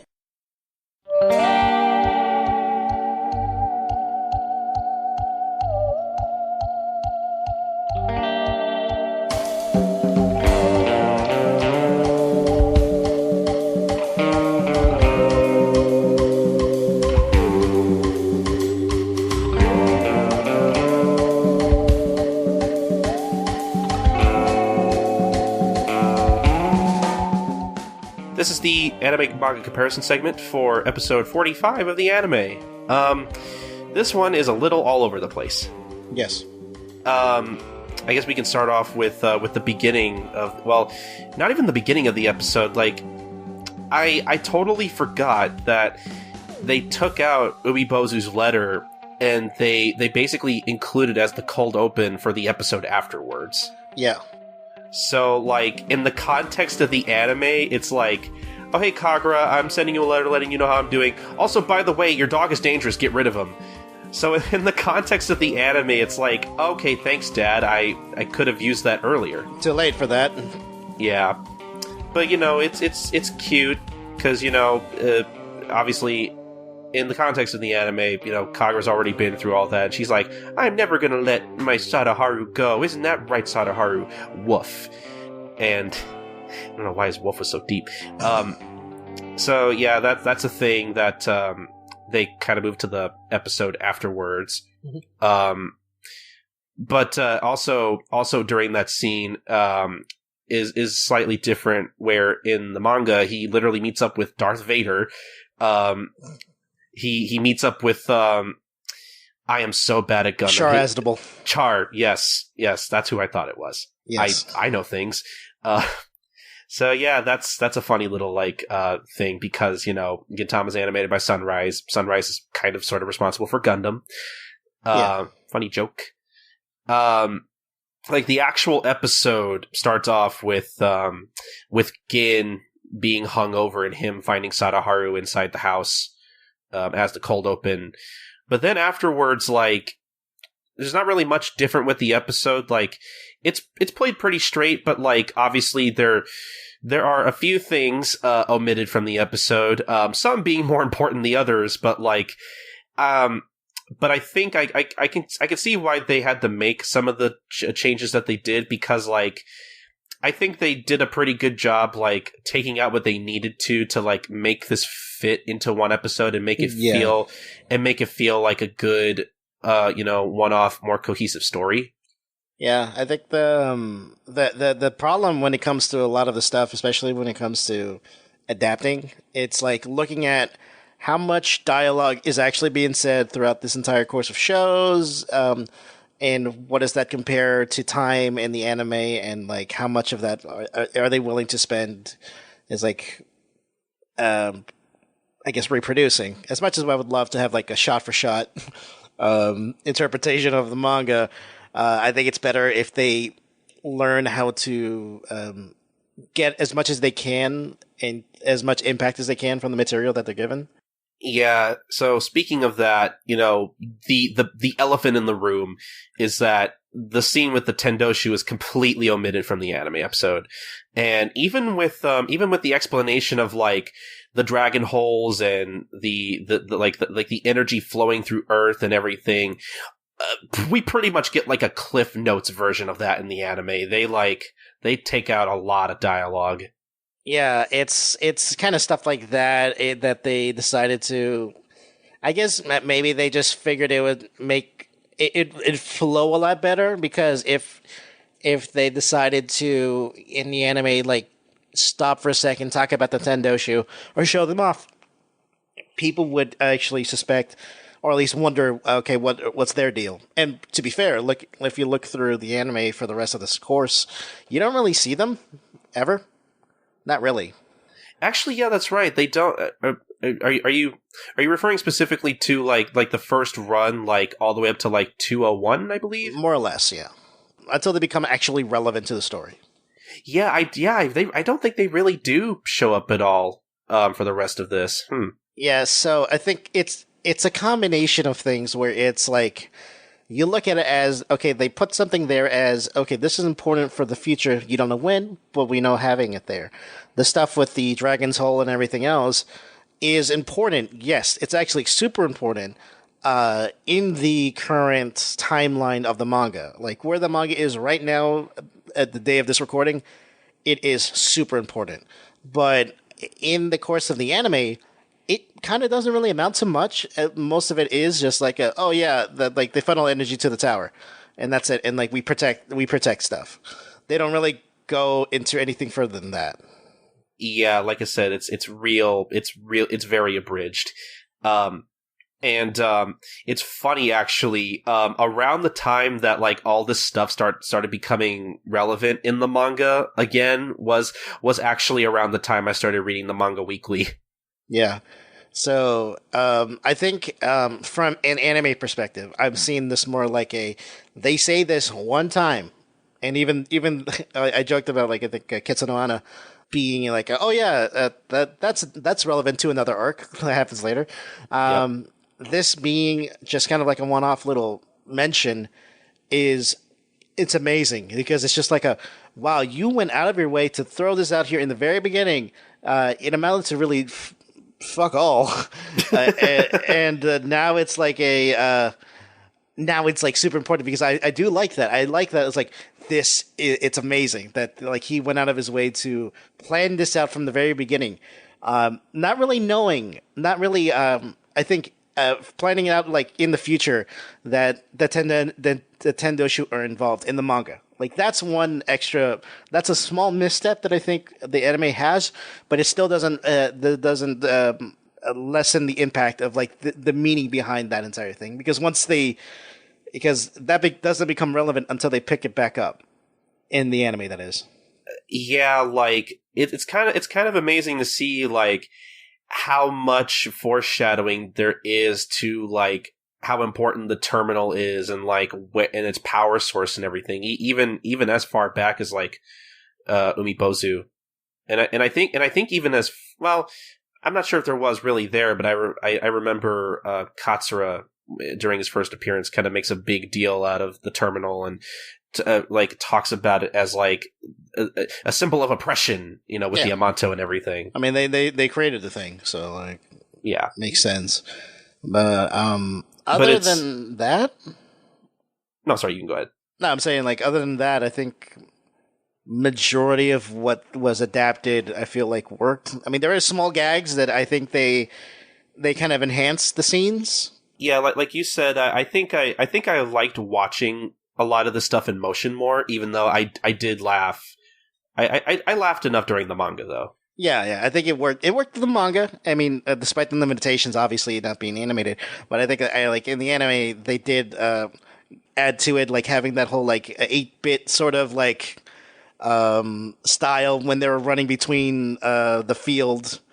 It's like a small little. I guess that's like a nod to like a baseball game or something or whatever. Probably. I think the Doraemon little gag that they did at the very beginning, introducing the translator. Yeah. I think that was like okay, that's a little thing that, I mean, that a lot of it pretty much is dependent upon the actors and what they do. That's really it. Like that's like a lot of these scenes like were enhanced by the actors, and really, I mean that's that's like what else can you really expect from them? I'm assuming that's what they wanted to do. Like yeah.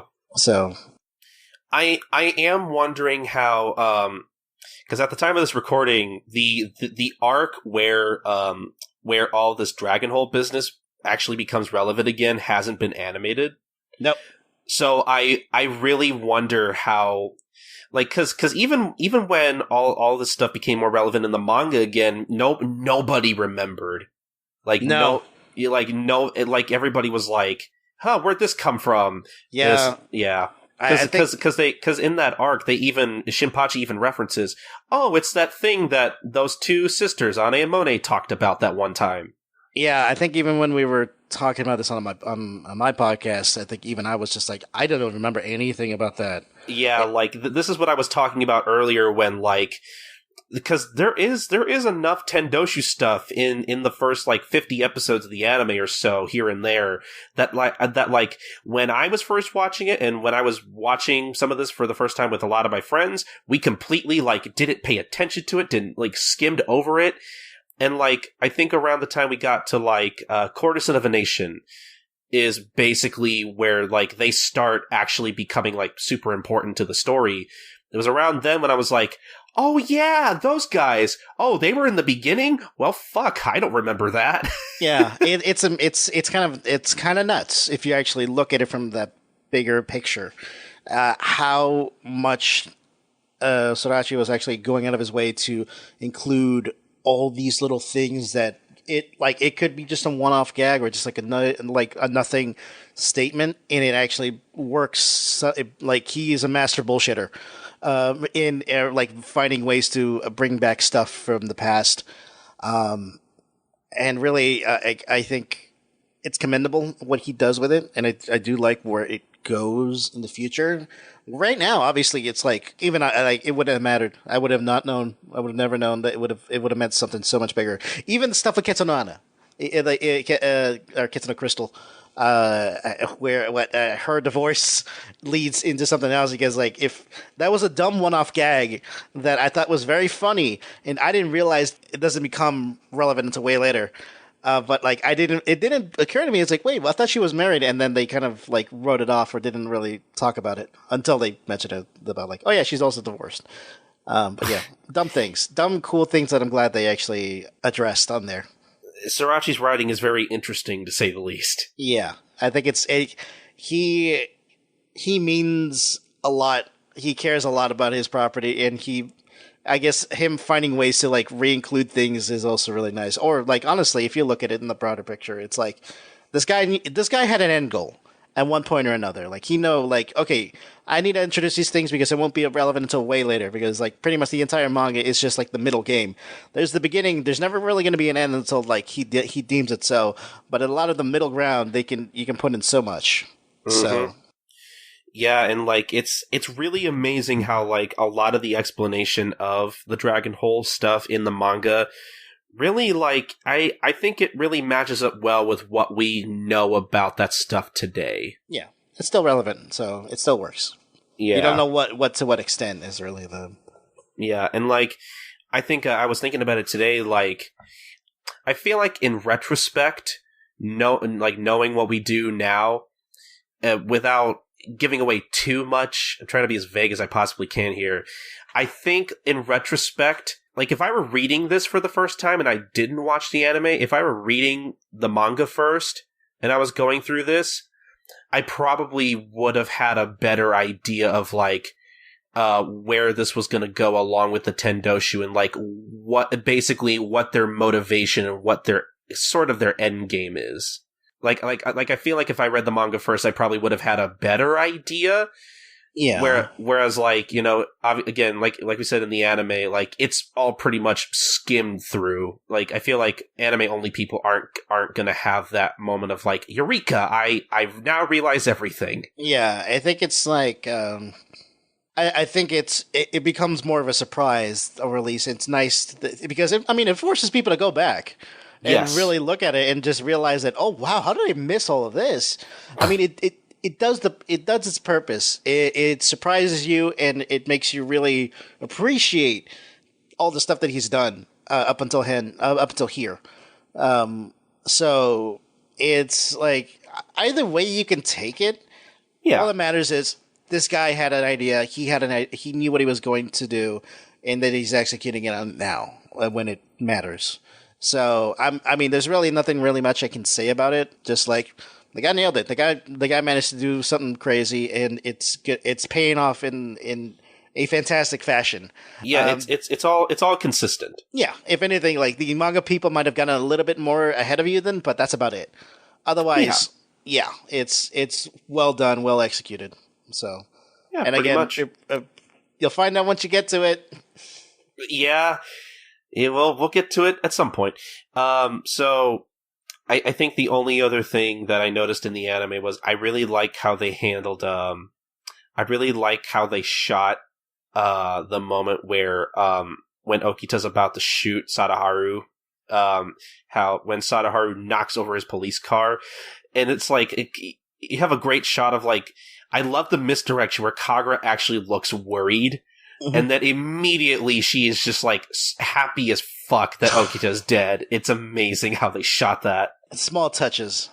Yeah, it's the small touches that enhance things like the Doraemon thing, things that little double take with Kagura. Like it's those things matter in the end. Yeah, so yeah. I'm really happy with it.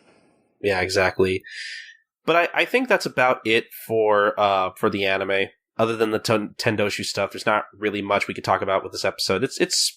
Even with the stuff they omitted, I still thought it was a good episode of the anime. They managed to handle it well enough. Mm-hmm. So I guess, Doc, if you had to pick, would you for this material in particular, do you think you prefer the anime or the manga overall? Oh, wow, that's actually tough. I feel like it sucks when I have to like go with the anime for something like this because it's like I kind of think of it like which did I find entertaining in the sense I probably see the anime mainly because it's the performances by the characters that really makes a difference. But I think if I'm looking at it from the broader perspective of like here's how important, like this is like probably one of the more important story arcs in something that you would never guess it would be that important. In that case, I would probably lean towards the manga. It just in the sense of like adding the little bits of Tendoshu and how that matters to more, and like kind of going like a deeper dive into the Dragon's Hole, which phrasing. I think that means more in the end. Yeah, yeah. So that's pretty much all I can really say on it. Yeah, I think I agree with that. Though I think in terms of just my personal sheer enjoyment of the material, I think again I enjoyed reading the manga overall. But I think I enjoy watching it animated more, just in general. Like, especially with a lot of, like, the climax of the episode where you have everybody playing catch. That was really fun to watch. So, yeah, I think personally, again, nothing definitive. This is all subjective here, obviously, but personally, I think I prefer the anime. Yeah, I think that's the... Because of the addition of... because of the whole... probably the penultimate scene with the whole game of catch is, like... It still flowed in the manga so well, yes, that the anime obviously being in motion, it didn't hinder or hurt, or it hinder or like help in the scene. I think like both worked equally in their own platform, so that's why I kind of give the edge to the manga in that case. But that's about it. Aside from everything else I've said so far, yeah, like performances aside, they got the job done. Yeah, so overall they did a good job with this one. But I think that's about it. So, differing opinions, I like that very much. Mm-hmm. But if you guys want to support the anime, you can watch this episode 45 on Crunchyroll. For free in the U.S. Apparently in Canada, not so much. Nada was very quick to correct me on that. Apparently, I don't remember exactly how it works over there in Canada, but I guess different viewed rights. I think so. I think you actually need a subscription to Crunchyroll to watch anything on there, or I guess just particular things. I can't say for sure because I don't live in Canada, but at least over here in the U.S., you can definitely watch all of Gintama for free without a subscription. You just have to deal with ads, but whatever, they're really not that bad. Either way, go and to get a subscription because that's also good because there's a lot of stuff on there, and probably more importantly, once the DVDs and Blu Rays come out, you can support that too. Yeah, so go and do that when the anime comes out on DVD or Blu-ray, and if you really, really, really want to own the series, like me and Doc do, please go and support that. That is a huge deal. It's kind of amazing that Crunchyroll is even doing this. So, yeah, and then at that point we can go back and redo this episode and do a compare contrast of the dub or whatever. I don't know. I don't think it's probably best, but whatever. I don't know. I wouldn't mind maybe. I don't know. I wouldn't mind if an episode of the dub really strikes me. I wouldn't mind talking about it. Yeah, at least this episode at least is on the dub, so hopefully by the time everything comes out, it will be out there. But yeah, there you go. That's something to look forward to. Yeah, there you go. And I think that's about it. So let's just move on with the rest of the show.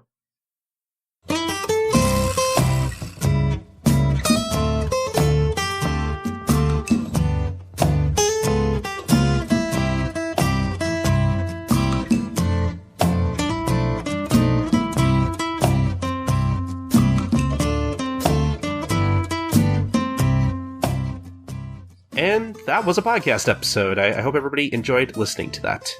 I don't know, Doc, how did it feel finally coming back on the show? Exhausting. It was actually really fun. It was nice to kind of look back. It's nice that I'm rewatching the series with my girlfriend, and we've actually passed the Shinsengumi arc. The Betty Sakura arc recently. Well, I was going to say you already got the Shinsengumi crisis. No, we got to the farewell Shinsengumi. We just passed Betty Sakura. So it was going through all of this and kind of it's nice to relive I guess these series and also the manga too, because that was something that I had not read the early chapters and realizing, oh wow, they actually did a really good. It's like, hey, this did a good job. Yeah, it did. Good figure. Anyway, I hope everybody enjoyed listening to this episode. Doc, thank you so much for coming on. Hopefully, I remember what I was going to say. Actually, speaking of Benny Sakura, actually, I think we're 2 volumes away, a volume and a half, probably, away from Benny Sakura. When we're going to get to it, I have no idea. I don't, I feel like I want to do something special for Benny Sakura. I just don't know what yet. Mm-hmm. I feel like I want to have, because that's going to consist of, multiple podcast episodes, because that arc is a little long.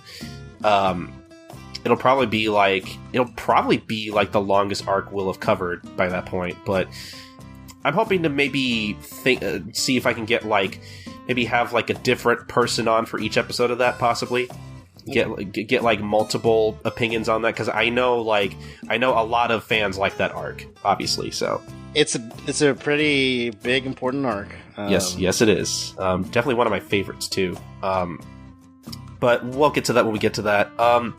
So, we for this episode, though, we covered the Dog God arc, the Inugami arc, what have you, chapters 71 through 73 of the manga, volume 9. We discussed each life lesson in the life lesson segment, and we even talked about episode 45 in the anime manga comparison segment. Next episode, though, I think we mentioned next episode we'll get to see more of Monet in a little one-shot there. Doc, if you're free, I think I'd want to have you on for that one as well. Sure. I'll have to make sure that I have free time and we can actually talk about it. Luckily, it's just one chapter anyway. So yeah, it won't take us long. Yeah.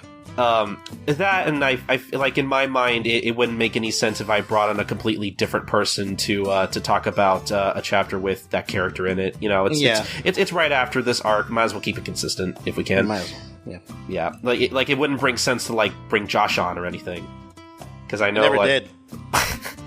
Actually, I think Josh told me he didn't really care for this episode too much of the anime. Oh, yeah, I forgot. It's been a while. Yeah. Which, whatever. I mean, I'm not railing on him against that or anything. I think like near the end of this volume is like towards the end of the season 1 or the first year of the show. If not this one, then definitely the next one. Yeah. I haven't actually looked through volume 10 to see what. Or no, I remember. Yeah, actually, I think you're right. Yeah, because I think next volume 10 starts off with the infant strife stuff. There you go. Which Josh still hasn't seen. keep telling him, hey, you should really get to it. We're not lying. You know, Gintoki has a kid. What? I don't know. But anyway, that's your little tease there for anyone listening if you haven't seen that arc somehow. But anyway, again, thanks for coming on, Doc. Please plug your stuff. Yeah, okay. Let's see. I think the obvious one we should start off with is talking about the Just a Gintama Podcast. Yes. Go to GintamaPodcast.com. That's we talk about the current stuff and all the happenings and whatnots, news and whatever's about Gintama, obviously.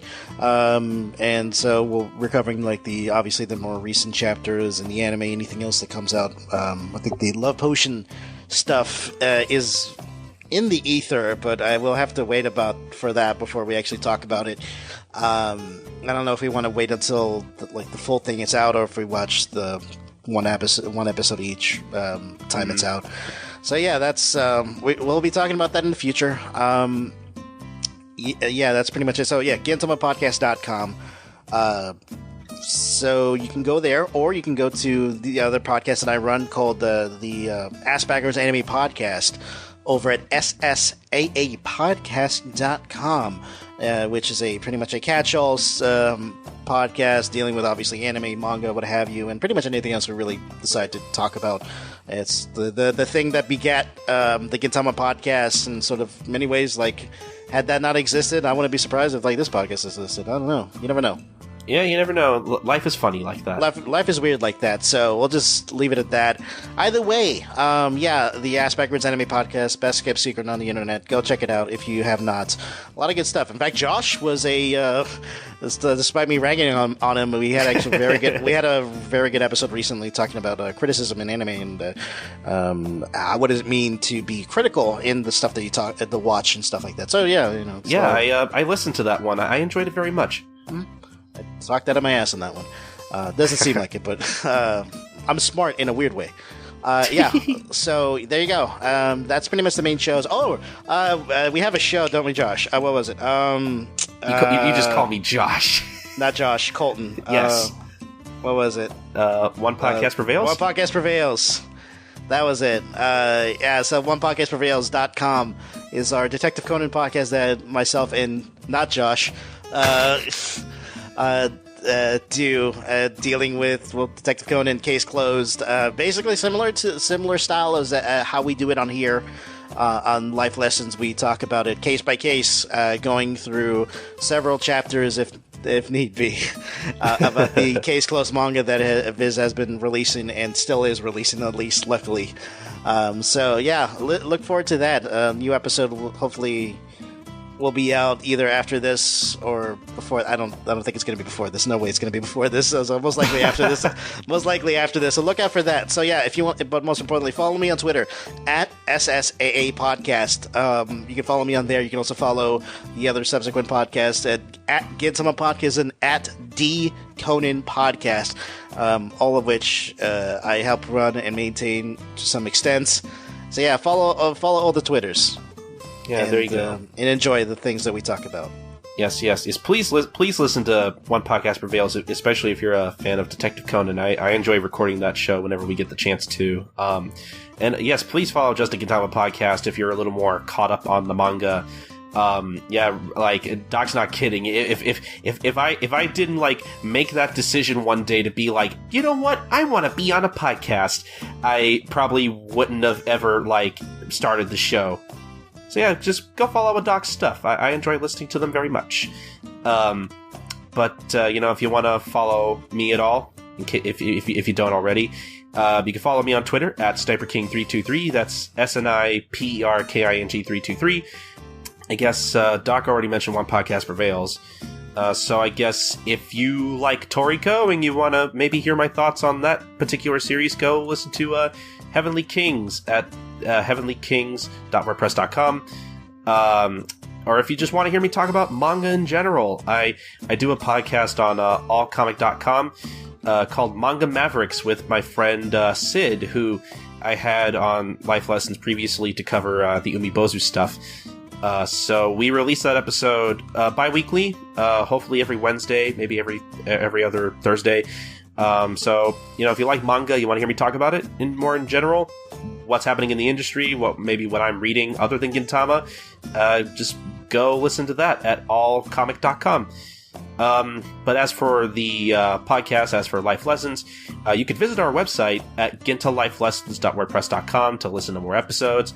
Either that, or you can listen to us on Stitcher or the Stitcher Smart Radio app, or you can also listen to us on Player FM if you so choose. You can also follow us on Facebook.com, Twitter.com, or YouTube.com/GintaMangaCast. That's GINTAMANGACAST, GintaMangaCast. I'm really trying to put more episodes of the podcast on YouTube because apparently you guys want to listen to podcasts on YouTube. Really, whenever I get the chance, I'm going to try and see if maybe like the day after I put up a podcast episode, I can make it available on YouTube. If it takes a little longer, just keep in mind it takes hella long to try to render these videos because these podcasts are too long, and that's because I can't ever shut up. So yeah, go subscribe to youtube.com/GintaMangaCast if you prefer listening to the podcast on YouTube or whatnot. Or, you know, if you have an email you want to send us, you want to email us about Gintama, you want to email us about why you like having Doctor on the show.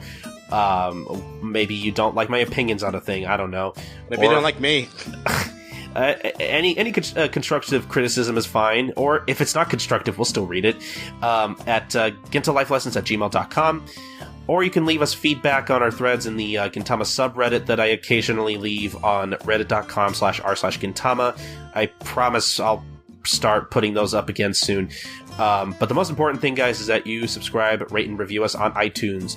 You probably won't, and I understand, but, you know, if you want to, go ahead and do that. So, yeah, I trailed off there for a second. I think that's about it. Like I said, hopefully we can have Doc on again, actually next episode, to cover chapter 74 of the manga. And I promise it'll be a shorter episode, too. But yeah, hopefully we can get that set up. If not, you know, I'll hope maybe find someone else. I don't know. Preferably, I'd like to have Doc on, but we'll just have to see. Mm-hmm. But anyway, again, thank you so much, Doc, for coming on the show. And this has been episode 49 of the podcast. And we will see you guys next time for episode 50. Bye, guys. Bye.